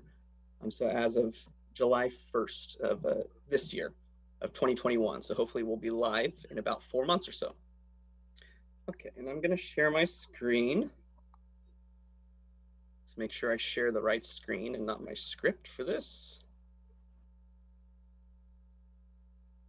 Okay, do you see our town website? Yep. Okay, perfect. So for the online budget book on our website, visitors are going to be able to access it by navigating to the finance department page. And we're not exactly sure where we're going to place it yet, probably somewhere under budget information. Right now, internally, we're working on a good user experience on our website so that hopefully it's very easy to navigate our budget when you get to it. And we're looking into some more exciting, instead of just links here. So hopefully it'll also look good, some different creative elements. So when users go to our website and then they go to our budget page, there will be live links. Again, these links aren't live now, but they'll click on a link and then they'll drill down. And then, so for example, I'm going to show the finance department page. So if you want to see what the finance budget is, you'll click on the finance page, and then this is what's gonna show up. So you'll see the department you viewed, and then we're going to provide you with the department overview. And this is all very similar. It's actually almost identical to the narratives that were in our physical budget book. So hopefully there won't be too much of a transition from using the physical to the online. So this just shows what, kind of a summary of the department you're looking at. This shows the prior fiscal year accomplishments and the current fiscal year goals and objectives. And then any budget highlights. This section is going to help provide some insight on some of the budget line items that maybe aren't as self-explanatory. It's a spot for departments to explain some of their budget line items. And then in previous years, we just had a did you know section that would show different numerical data, for example, for the finance department, business licenses issued or accounts payable checks processed. So different data like that that's applicable to that department. But we're actually going to be revamping that this year, and we're going to create a kind of historical performance measures. This is from the GFOA. They're kind of pushing that we provide this nice historical information so that viewers of the budget can see how it's changed over time. And we all really like that idea. So all these different activities are going to be different depending on the department, and they're actually going to tie into our strategic objectives, which backtrack to our overall strategic plan. So kind of it'll show per department, so for example, our business license is issued. That ties into the provide high quality service to internal and external customers, which ties into the exceptional town service and staff. So every department is going to have their version of this. And then our did you know, we're still going to keep the did you know section, but we're going to try to maybe make it a little more fun, some lighthearted, facts about the department or something like that. So we're still working through that. And then as you keep scrolling, you're actually going to see the department line items. So again, it'll be presented like how you've always seen it. You see a couple years, or I guess 3 years previous actual, then a couple years actual, and then the prior years before estimated and adopted numbers, and then the actual budget amounts here. So of course it shows for the salaries and so all of our different department budget line items. So then after you view that, this is going to show the staff allocation. So it shows all the different positions here. And then this is the proposed budget staff allocation for this department for that position. And then we show the organizational chart for that department. And then we'll have a picture, and then that's it. So this replaces our department narratives that were in our physical budget book. And of course, there were other, a lot of charts and tables in our budget. We're going to be keeping almost all of them, as many as we can. So hopefully there's no big difference between looking at our prior physical budget books to what we have now. And one thing I forgot to show up here, one of the cool things about this is that I just showed a couple examples, but we're going to have a lot more of these where, so in the department overview, one of the bullet points is, we develop and monitor the town's budget and prepare the comprehensive annual financial report. So before, you would just be reading that in the book, but then here, since you're reading it online, we can make it a link. So when you click on that, it'll open up the actual, the actual report that so it all kind of ties in, and hopefully it'll be a smooth experience for the users. And then here's just another example that I linked: maintain and update the town's master fee schedule annually. That's something else we do at the finance department. So you click on that, and then boom, you're at the master fee schedule. So We're pretty excited about that, and we're going to be using that with every department, however much we can. So it's going to look a little bit different for the departments, just depending on whatever they have here. But we're going to be trying to use those links as much as possible, so it's easy for our residents to navigate. And I think that was it for the online budget book. Great, so now I'm going to move to the transparency portal. So this is, what this does is this actually gives town residents and whoever else is interested really a window to look into real-time data that every night is going to get updated from our accounting software. We use Springbrook, and so it communicates with OpenGov every night. So it's real-time information. So this is different from the budget book that I just showed, because the budget book is more of a historical snapshot in time of the budget that was adopted for that year. But the transparency portal is actually, through July through February, how much have we received in property tax revenue? So that's what we're pretty excited about that. So let me show you what that's going to look like. So once again, the users are going to go to the departments and then the finance page, and then there will be a link for this once it goes live. And right now we've worked primarily on 2 different reports. They're all of our revenues and all of our expenditures. So what most users are interested in learning about. So if we look at our revenue report, what it shows, this is the current fiscal year budget versus year-to-date revenue for all of our funds. So you'll see a graph of, this is our budget column. Then you'll see what we budgeted for property taxes, and then the total of all of our revenue budgeted. And then this column shows through February what the actuals have been. So from July through February for the current fiscal year up to date. So this will be available for all users if they're curious. So for example, property taxes, and this shows all of our revenues here. So if you want to drill into it a little bit more, I can click on property taxes, and then it'll drill into the the type of here's our property tax in lieu instead of VLF, and then here's just our standard secured property tax. So again, it kind of gives the user kind of a window into what our accounting is like and what our finances are like. And then after you drill in, you can hit back to go back to the previous page. Or if you drill in really far, if you're lost in the weeds, there's a reset button, so it'll reset and it goes right back to how we have the normal report set up. So besides clicking on the chart, the users can also just go over here. I find this to be a little bit easier. So if I'm curious about licenses and permits, I can click on that, and then I'm only looking at licenses and permits now.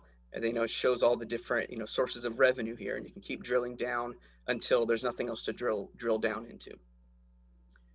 So that.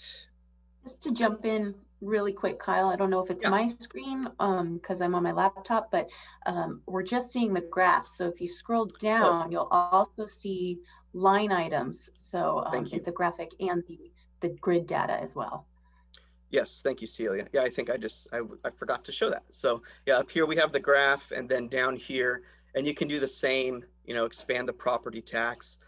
So for example, here's the 2021 budget of 1.7 million, and here's how it's all broken down. And this is all tied to the chart so that it's going to be the same, 1.75 for property taxes. So however you want to view the information, it'll all be there and all the same. And speaking of that, you can also change how the graph looks. So I'm a big fan of the pie graph. So you can, if you don't like the stacked bars, you can do the pie graph. So now I'm looking at the actuals, and you can see what the largest chunks are of our revenue, and then you can switch between that and our budget amounts. So that's another way that you can do it. And again, you can just hit reset to go back to how it's normally presented. And then the other thing you can do is sort by, you can change, right now it's sorted by our chart of accounts. You can sort it by the largest to smallest revenues, by chart of accounts. If you've memorized all of our account strings, that could be helpful. And then the last thing to show is on the left here. This is still just another way to drill down into the same information, but I kind of like the presentation here. So this is if somebody, if you don't like this, how this looks, this is a question. So how much property tax revenue has the town generated this fiscal year through the current month? You can click on that. And again, it does the same exact thing. It goes back to property tax. It's just a different way that users can use the information. How much sales tax revenue has the town generated? Same thing. So then it shows the actuals versus the budgeted numbers there. So that's that. And the expenditure report, it's the same exact thing, works the same way as the revenues. The expenditures is actually organized by department though, because we think that's the most useful, as opposed to, the revenue is more organized by type of revenue type, so property tax, etc. But the expenditures is by department. So again, some of the questions over here, what are the total year-to-date water department expenses? Click on that, and then it drilled down into the water, so you see our capital improvement, the water purchases, and then the water utility operation and management. Same thing with wastewater. What are the total year-to-date finance expenses? So anyways, you get the point, but it's very interactive. You can click around and kind of drill down into the information you want to see. And let me make sure I covered everything. I know there's a lot to this one, but I think that was it. So that's the transparency portal. And again, just to hit on this, because I think it's very cool. This is updated on the 2nd of March. So that's because maybe this morning at 1 a.m. or so, it actually pulled information from Springbrook. So this is all live data. So for the last part of my presentation, I'm going to show the dashboards. And so these dashboards, it actually has the same information as the transparency portal, because it's all pulling from Springbrook as well. And it also gets updated every night. But it's just more customized to the specific user. So if there's a council member who's very specific, who wants to know, these 3 or 4 things every month or so, then we can create these customized reports. Or if there's a department, Public Works, if they want to see monthly reports on their capital projects, so it's just customized to the user. And again, it is more of an internal tool. So let me open that up. So when this goes live, you will log into your OpenGov portals. And right now we have 3 reports set up.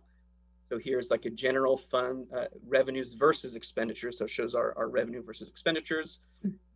And you can click on it and you can drill down, and it all looks the same. So we have these save views that you can, so it shows this is the adopted budget of, expenses versus revenues. And then right now, here's where the actual expenses versus revenues. So that's an example of one. Another one is, general fund expenditure. So again, it is the same exact information on the transparency portal. This is just to show some examples of, what the reports that we can make for council members or department heads. So you can drill into personnel costs or service, health. So now we're in personnel, so salaries and PERS employee rates and things like that.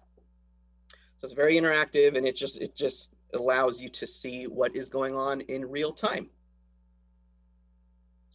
And for me, that is it for now. So any questions about any of that? I know that Councilmember Dornbecker had her hand raised. Oh, sorry, I missed that. No, I for a moment I took it away, but Kyle, this is very interesting, and I think it's really important. My problem is that on the stacked, the stacked bar graph. Graphs, yes. I have a very hard time. It's like the pie chart I could understand because it had, but I have a very hard time understanding these because on each line it doesn't say, is it going to say what? I don't know. I don't see the rest of the, it's over here by chart. There's a legend on the far right. It's hard to see with the shared screen when you can't enlarge it at home. I think, Councilmember, you'll be able to see that in much bigger font size when you have the full screen available to you. Okay. Yes, but you are right. When you do hover over I like the pie chart better, but I like this. We landed on this one because it shows budget to actual very, very clearly. But if I hover over this section, for example, it'll show on the top that is property taxes. Or if you hover over the legend on the side, of sales taxes or other taxes, it'll show you what it is there. But if you like the pie chart better, you can go there. I like that because it looks very clear. But then what you're missing out on is this is just showing actuals, and you have to switch over to look at the budget. So they each have kind of their pros and cons. But Okay. but yeah, it should be you know, and after clicking around for a little bit, it should be pretty self-explanatory. Okay, well, I think it looks like fun to navigate. Thank you. I agree. As long as Celia and Kyle know how to navigate it, we're in good shape. Any other questions from council? I don't see any other hands. So Kyle, I think if you could undo your share screen, then we can, I want to make sure I'm not missing any video. Okay. Kyle, thank you so very much. Really appreciate it. The key, I think, here is the interactivity, the clarity that we're able to present, and like you said, in real time, the financials. And so you don't have to be able to get out the magnifying glass and break down a spreadsheet into kind of layman's terms, if I dare say that. And so it's great to have those visuals that are easier for us that are less skilled in the financial analysis than you professionals. So thank you very much. And actually, you just created a great segue, because really what we are going to try to put together is initially those reports and analysis that you've historically had, and then expand upon. And then as you play with it, we'll be able to become more comfortable. Then we can grow and adjust based on your individual user needs. But I do think it's just important. And I hope, one, thank you for the indulgence today with the agenda allowed for us to do quite a few updates. And I think hopefully you'll share my enthusiasm for our team and the outstanding work that you see is happening in this organization in our current environment. And that takes a lot of outstanding work. Incredibly proud of our team. You saw a lot of their efforts today, and you're continuing to see our field personnel out in the environment, the planning staff working with our economic recovery plan, formerly known as the Transition Support Program. But I'm also really pleased to report that I've been advised, I nominated our employees for their outstanding effort and their work at pivoting and their response to support our community to the Chamber for consideration of some type of a recognition. And we've received acknowledgement that we've been named, the Town of Yountville employees have been named a Partner of the Year for the Chamber for their efforts. So that'll be going out officially.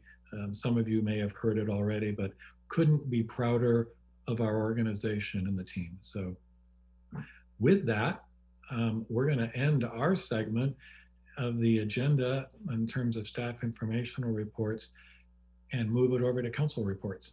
Yes, thank you, Steve. Again, thanks to our entire team. You're all fantastic and continue to balance home obligations with remote learning, with remote work, and continuing to provide uninterrupted service to our residents.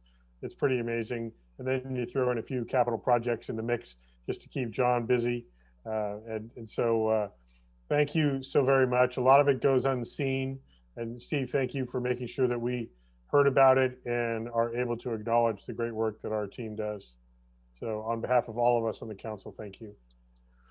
We're going to try to hold our end up here with our council reports. I'm going to start off with not having one for the flood control. Our next meeting is March 16th. Napa Valley Transportation Authority. Vice Mayor, do you have a report out? I do, thank you. We met on February 17th. The headline is we voted on a funding package for the maintenance facility. The total cost is $40.65 million. Of that, we have it fully funded. We have yet to look at one private bank loan for $5 million, but that's because we had a couple of offers and we are going to choose one of them. The total amount we will borrow is not the entire 40. It is 25,000. So that is a good thing. We also looked at the audit and accepted that. Two big projects are coming to fruition. The St. Helena to Calistoga Vine Trail, 8.4 miles, fully funded at a cost of $14.8 million, and it will go out for bid in July, very soon. A little further down the road, the Soskel Junction project, that is, we expect to have 100% design by May. It also is fully funded at 64 million, and we think that construction will start in about a year. Close to home, our board chair, Supervisor Alfredo Pedrosa, was named also the chair of the statewide Metropolitan Transportation Commission. So thank you to him. And he, along with our executive director and our board, including Mayor Dunbar, worked very hard to get money from the from the MTC down Napa County Way. So although ridership is down and we are still experiencing challenges, we continue to work and try to take the next step, not lose a step because of the pandemic, keep moving forward. Thank you. I want to add one last thing as it relates to the MTC, and thank you for acknowledging board chair, Napa County board chair, as well as now MTC board chair Pedrosa for his role. He's been very successful in bringing significant funding support to Napa County when really competing with all the other Bay Area counties. There was a discussion, kind of a report out about roundabouts, and what is often the case, and we even do it on our own capital improvement programs, is to list conceptual projects in some cases that may or may not ever happen. And there was a funding opportunity that would require that all projects be listed for consideration. And Supervisor Pedrosa identified both the Rutherford and Oakville intersections with Highway 29 as potential roundabout sites, because there was money available from MTC to potentially evaluate, design, and build those. He reached out to the town of Yelpful, and we agreed that we would want similar consideration for the Highway 29 Madison intersection. It does not mean we're doing it. What we did, though, is to add that to the list for potential funding on the overall MTC project list. So there was some question about where's all the public engagement in this. It's because it hasn't happened yet. There is no project yet.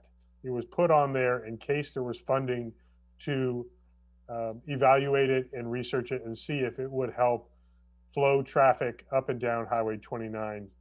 And so purely a concept on a list of potential future items for consideration. Nothing is happening in that space yet. It may not ever happen. So just some clarity about that. But if we were not on that list, we would be ineligible for that funding were it to come available. So with that, thank you for that report out. We'll move on to Upper Valley Waste Management Authority. Councilmember Moeller, do you have a report? Just the last time we met was February 8th, and our major item on our agenda was what was approved tonight on the consent calendar.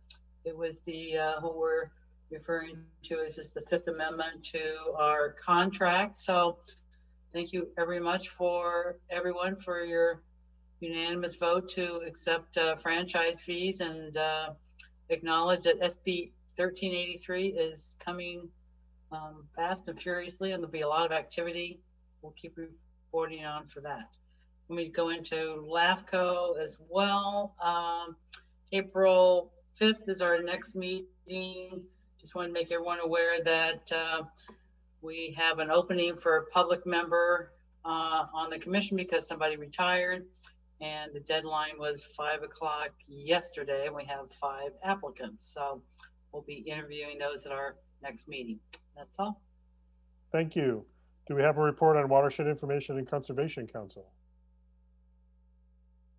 No, that was the last time. We haven't met since then. Okay.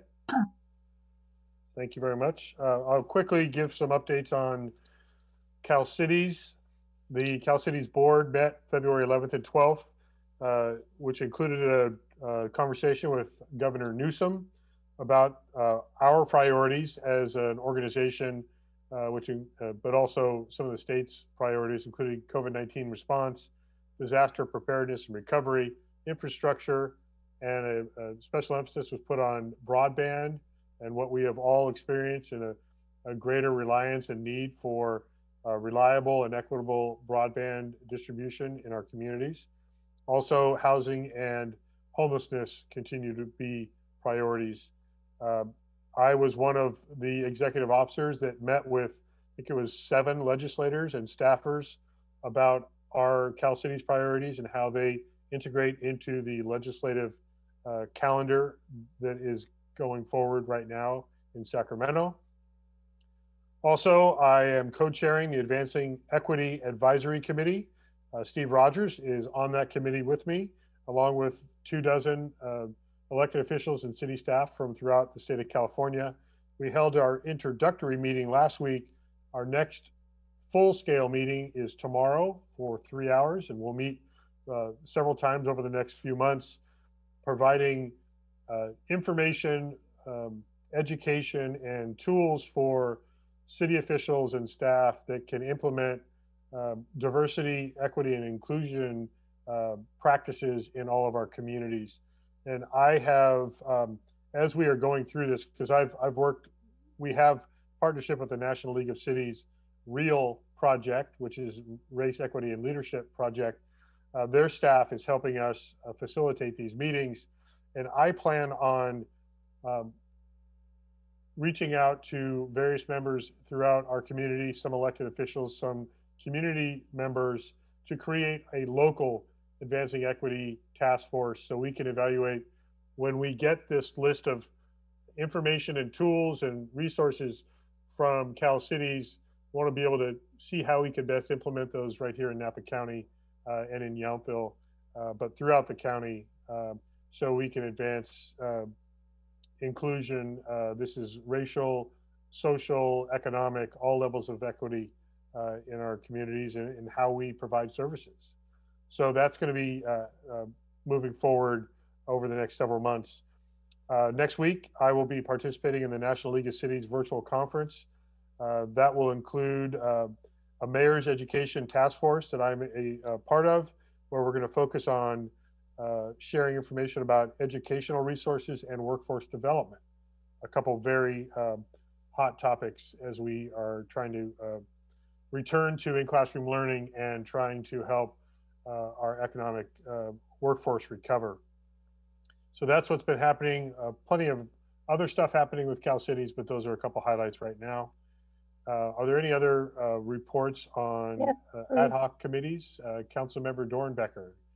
Well, first I wanted to say that we, on the 25th of February, we had a North Bay Division League meeting as well. And we had a really interesting and enlightening presentation by a gentleman, Stephen Menendez, I think that's how you say it, about understanding racial inequality in the San Francisco Bay Area, part of the Haas Family Foundation. And that was really interesting and enlightening. And it also brought out the fact that the Asian community is truly suffering right now too with discrimination, partially based on the way that COVID is being talked about in some areas. So anyway, it was really interesting and a very interesting group of people. So I'm hoping that I'd be happy to participate in any way I can. Mayor Dunbar, on that committee that you're looking at to put together. Also, we had on Friday morning our Climate Action Plan Committee, and we had a presentation on hydrogen and how hydrogen is very clean energy. It's also very combustible, but it has seemed to, they seem to have figured out ways to control that. So that was also, I thought, very interesting and well worth the time. So that's what. Yeah, thank you. I had some notes on the Climate Action Committee meeting as well. And it was interesting to hear from that industry representative who really kind of argued and pushed back on the combustibility issue, saying, it escapes into the air where you have something like gasoline fuel that will collect on the ground and potentially cause different kind of hazard than the hydrogen. But it was an interesting concept to hear advanced, and there are different levels of the hydrogen, green hydrogen and others that might be viable. I asked specifically about replacing our diesel generators, our emergency generators that we just installed at the community hall, for example, and if it's viable and frankly affordable to try to transition to those cleaner fuels. And the answer was possibly yes. And so there's still plenty to learn, and applications that may work, may not work. But it was, as Councilmember Dornbecker identified, really interesting presentation. And we also are agreeing as the jurisdictions on the committee to form a joint powers agreement to operate so that we can qualify for potential grant funding, but not be overly bureaucratic, and actually try to stay as nimble as possible to continue advancing those issues about climate action. We may be hearing a presentation next month about Napa Green and how it is evolving also into other sectors beyond the winery vineyard space that they have been in for over a decade. That would include, I'm just looking at my notes, advancing smart farming technology and other social equity issues that Napa Green is moving forward with. The last thing I wanted to bring up, and I'll ask if anyone else has anything else, North Block Hotel is apparently launching a new restaurant, North Block Napa Valley, that is coming online sometime this week, or this month at least. Apparently the paper is still covering the windows, so we're not entirely sure how far they've gotten. Maybe Sandra or Steve has more information, but the bottom line really is it's exciting to see, after such a long period of time of being dark and empty, that space is going to be revived, and it will be apparently operated by a group of former staffers from David Chang's New York City, a very highly acclaimed restaurant, Momofuku. And so it should be a very interesting Asian American fusion type of restaurant from what we are understanding. I believe the menu is actually on the web, on the internet as of today, if not sooner, but it was there today to check that out. We're looking forward to welcoming them to the Yelpful culinary scene. Any other reports out from council members? Yes, Councilmember Mueller, and then Vice Mayor. You are muted, Councilmember Mueller. Yes, I wanted to announce that I think it's my 9th annual Shredded Day in Yountville. It has now been scheduled for April the 16th. It's a Friday, and it's in honor of Earth Day, and it's going to be from 1 to 3 at West America Bank. We believe we can do this with masking and social distancing. So I've heard that everyone has been cleaning out all sorts of stuff for the last 12 months. So I wanted to let everyone know that get your stuff ready for, there'll be some advertising. We're being co-sponsored by Upper Valley Waste Management. They're going to bring the e-waste truck, and West America Bank is giving us the site and the shredding truck, and the town is doing a lot of great advertising in their brochure that I believe, Sam, is coming out, the Park and Rec guide this week. No, it'll be out the first week of April. First week of April, so it's coming soon. And then followed by that, we're going to have, I think it is Saturday, May the 8th, if I got that right. It's going to be the townwide garage sale. I'm just kind of on a garbage theme here, a waste theme. So Saturday, May 8th is townwide garage sale, and then the following Saturday, the 15th, will be the town cleanup day. Yes. So that's all things garbage for me. Thank you. Vice Mayor Dorman. Thank you. As part of the, this is kind of an offshoot of our business transition program, and it's something a little different that I just thought people might be interested in. Riva Cucino, which is in Berkeley but locally owned, owners live here, and Jessup, who we all know, are partnering together to give a pasta and wine package. And the really great part about this is 15% of the profit will be cookies for caregivers, which will go to the staff at the Queen. So you can watch for that on social media. And in keeping with the town being a partner, I think, to our businesses, a lot of thanks goes to our staff for helping this all work together for the pickup and the logistics and stuff. And it's just a pretty cool idea. It will be March 11th. Thank you. I did also want to mention there are several task forces that have been put in place on economic recovery and continued pandemic public health response. You know, we have all the mayors and the chair Pedroza and Supervisor Gregory on one of those. We have one that also includes our chambers of commerce. And so locally in Yelpful, as well as countywide, we are putting together industry leaders in the various sectors to brainstorm and find ways that we can continue supporting our business community, getting our workforce either staying employed or back to work so that they can make their livings again. And so I was reminded of that as we talk about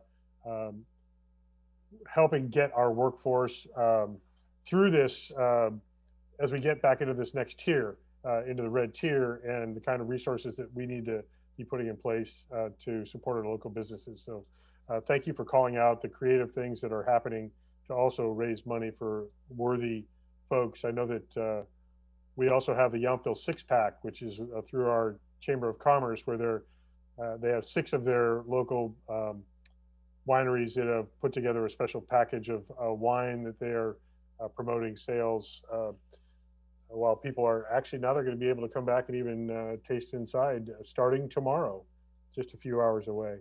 Councilmember Knight. Thank you, Mayor. I just want to briefly maybe give the opportunity for the town manager to discuss how it's best the town can provide the widest distribution of vaccine availability. I've noticed the Sun, the last Sun, there was a report of how to sign in to My Turn. There's just been changes. I mean, in 2020, the key was really the 3 W's, but now in the early part of this year, we're really wanting to be sure that every resident gets the information about vaccine availability and where to sign up for it. And so I note that we get a great report from the mayor on Facebook weekly, and there's other information provided on electronic media and newsletters. But how can we best, on a regular and timely way, provide vaccine availability information to the community? Thank you. I'm going to answer your question with a question, but the real key, Councilmember Knight, is there isn't one best. What we have learned is that we need to market and put information out in a variety of sources. So you have already seen some of our social media, our Nixle post, banners, and then we also use ads in the Yelpful Sun. So we will be focusing efforts continuing with letting people know how to get the vaccine, and we will adjust those messages based on the information. Right now, we've got a lot of focus on transition to My Turn, and also a little more hands-on attention that our Park and Rec staff will do to help folks that may have issues. So we don't disagree at all that we really want to focus on helping to educate The one thing we'll continue to do is commit to monitoring, looking at where the county information is, and then updating our messaging again through our social media channels, Nextdoor postings, Nixle, advertising, and in various media. We need to do all of that to reach the appropriate audience. I will just to quickly add to that. My Turn is the state sign-up list that is being activated along with Blue Shield that is now taking over the vaccine supply distribution process for the state.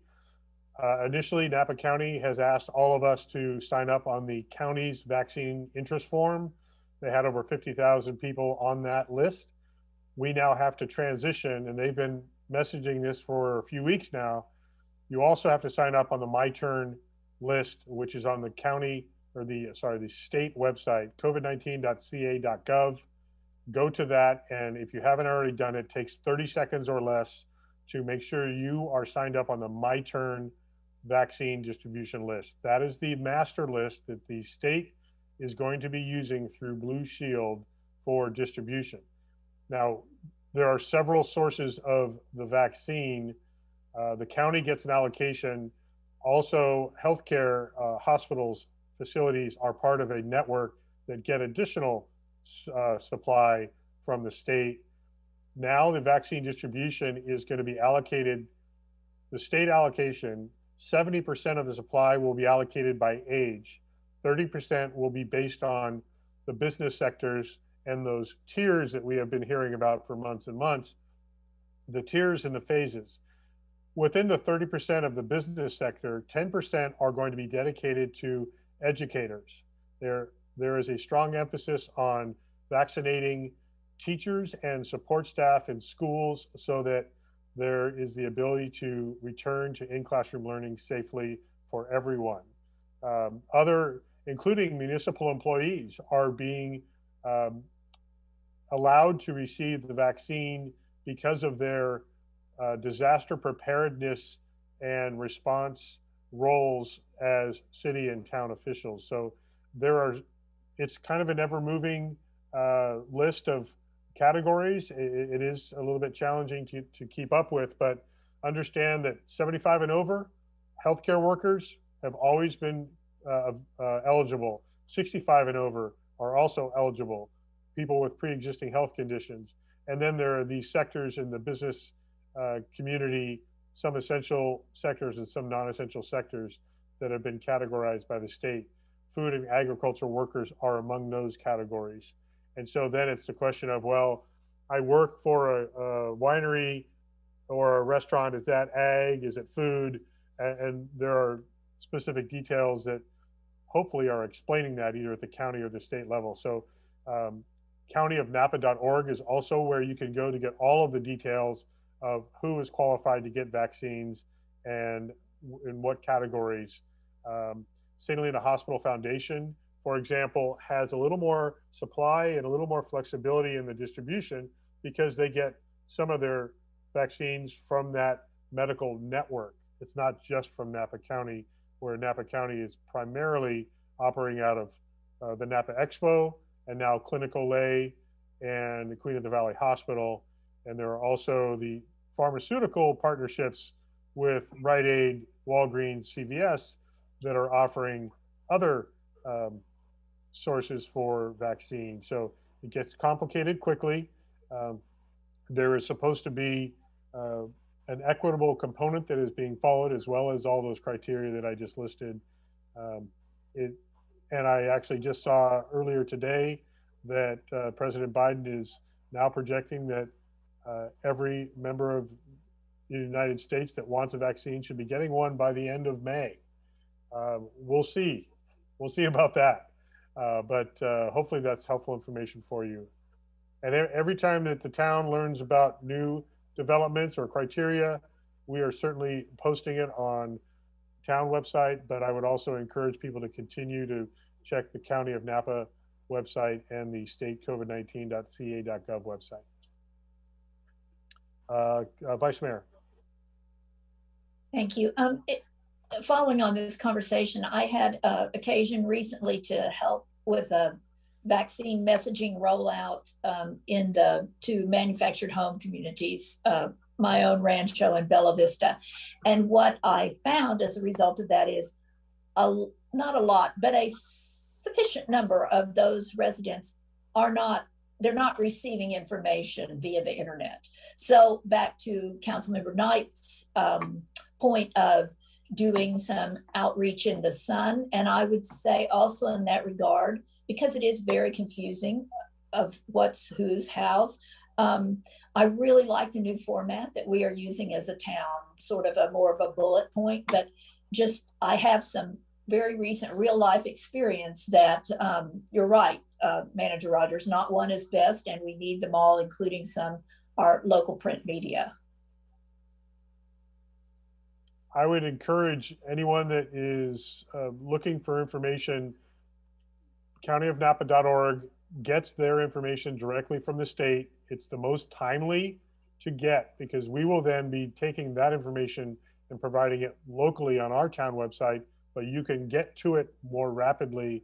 There are updates daily, in some cases more often than that. You can find out what's happening in Napa County specifically, but also on a broader regional level as well as a statewide level. So countyofnapa.org, and they have graphics that do a very good job, I think, of explaining exactly what's happening and what categories are available. What gets confusing is people sign up for a lot of different lists and they get called from one place or another. Their names are still on the other lists. And so if somebody gets their primary care physician to vaccinate them, but they're on the county list or the My Turn list, there's a lot of cross-checking of available names and necessary residents to get vaccinated. So I know that that's one of the things that we hear from the county every Monday updates, that there's a lot of needing to merge these lists that of course don't automatically merge together. It has to be done manually. So anyway, a little bit. So always more information, the better, the more often we can provide it, the better for everybody. Okay, I think that takes care of our business other than our closed session. So thank you for all those reports out. We do have a closed session. Either Gary or Steve, do we anticipate reportable action out of the closed session? I don't believe so. Okay, so we are going to go into closed session. Unlikely for any reportable action. Closed session is as listed: conference with labor negotiator. Name the negotiator to, let's see, Steve Rogers, town manager; Julie Badia, management analyst; Yelpful Employees Association and Yelpful Employees Associated Mid-Management and Professional Unit. So in that context, we will be going into closed session. Thank you everyone that has been watching our meeting, and thank you to staff. We will not be seeing you in this space on the 16th. We will see you next month. So when we come out of our closed session, we will be adjourning to our next special meeting, which is scheduled for Tuesday, April 6th at 3 o'clock. Thank you all very much. And council, reminder that we will leave this Zoom and get into our closed session Zoom as quickly as you can. Thank you all. Thanks all. Bye.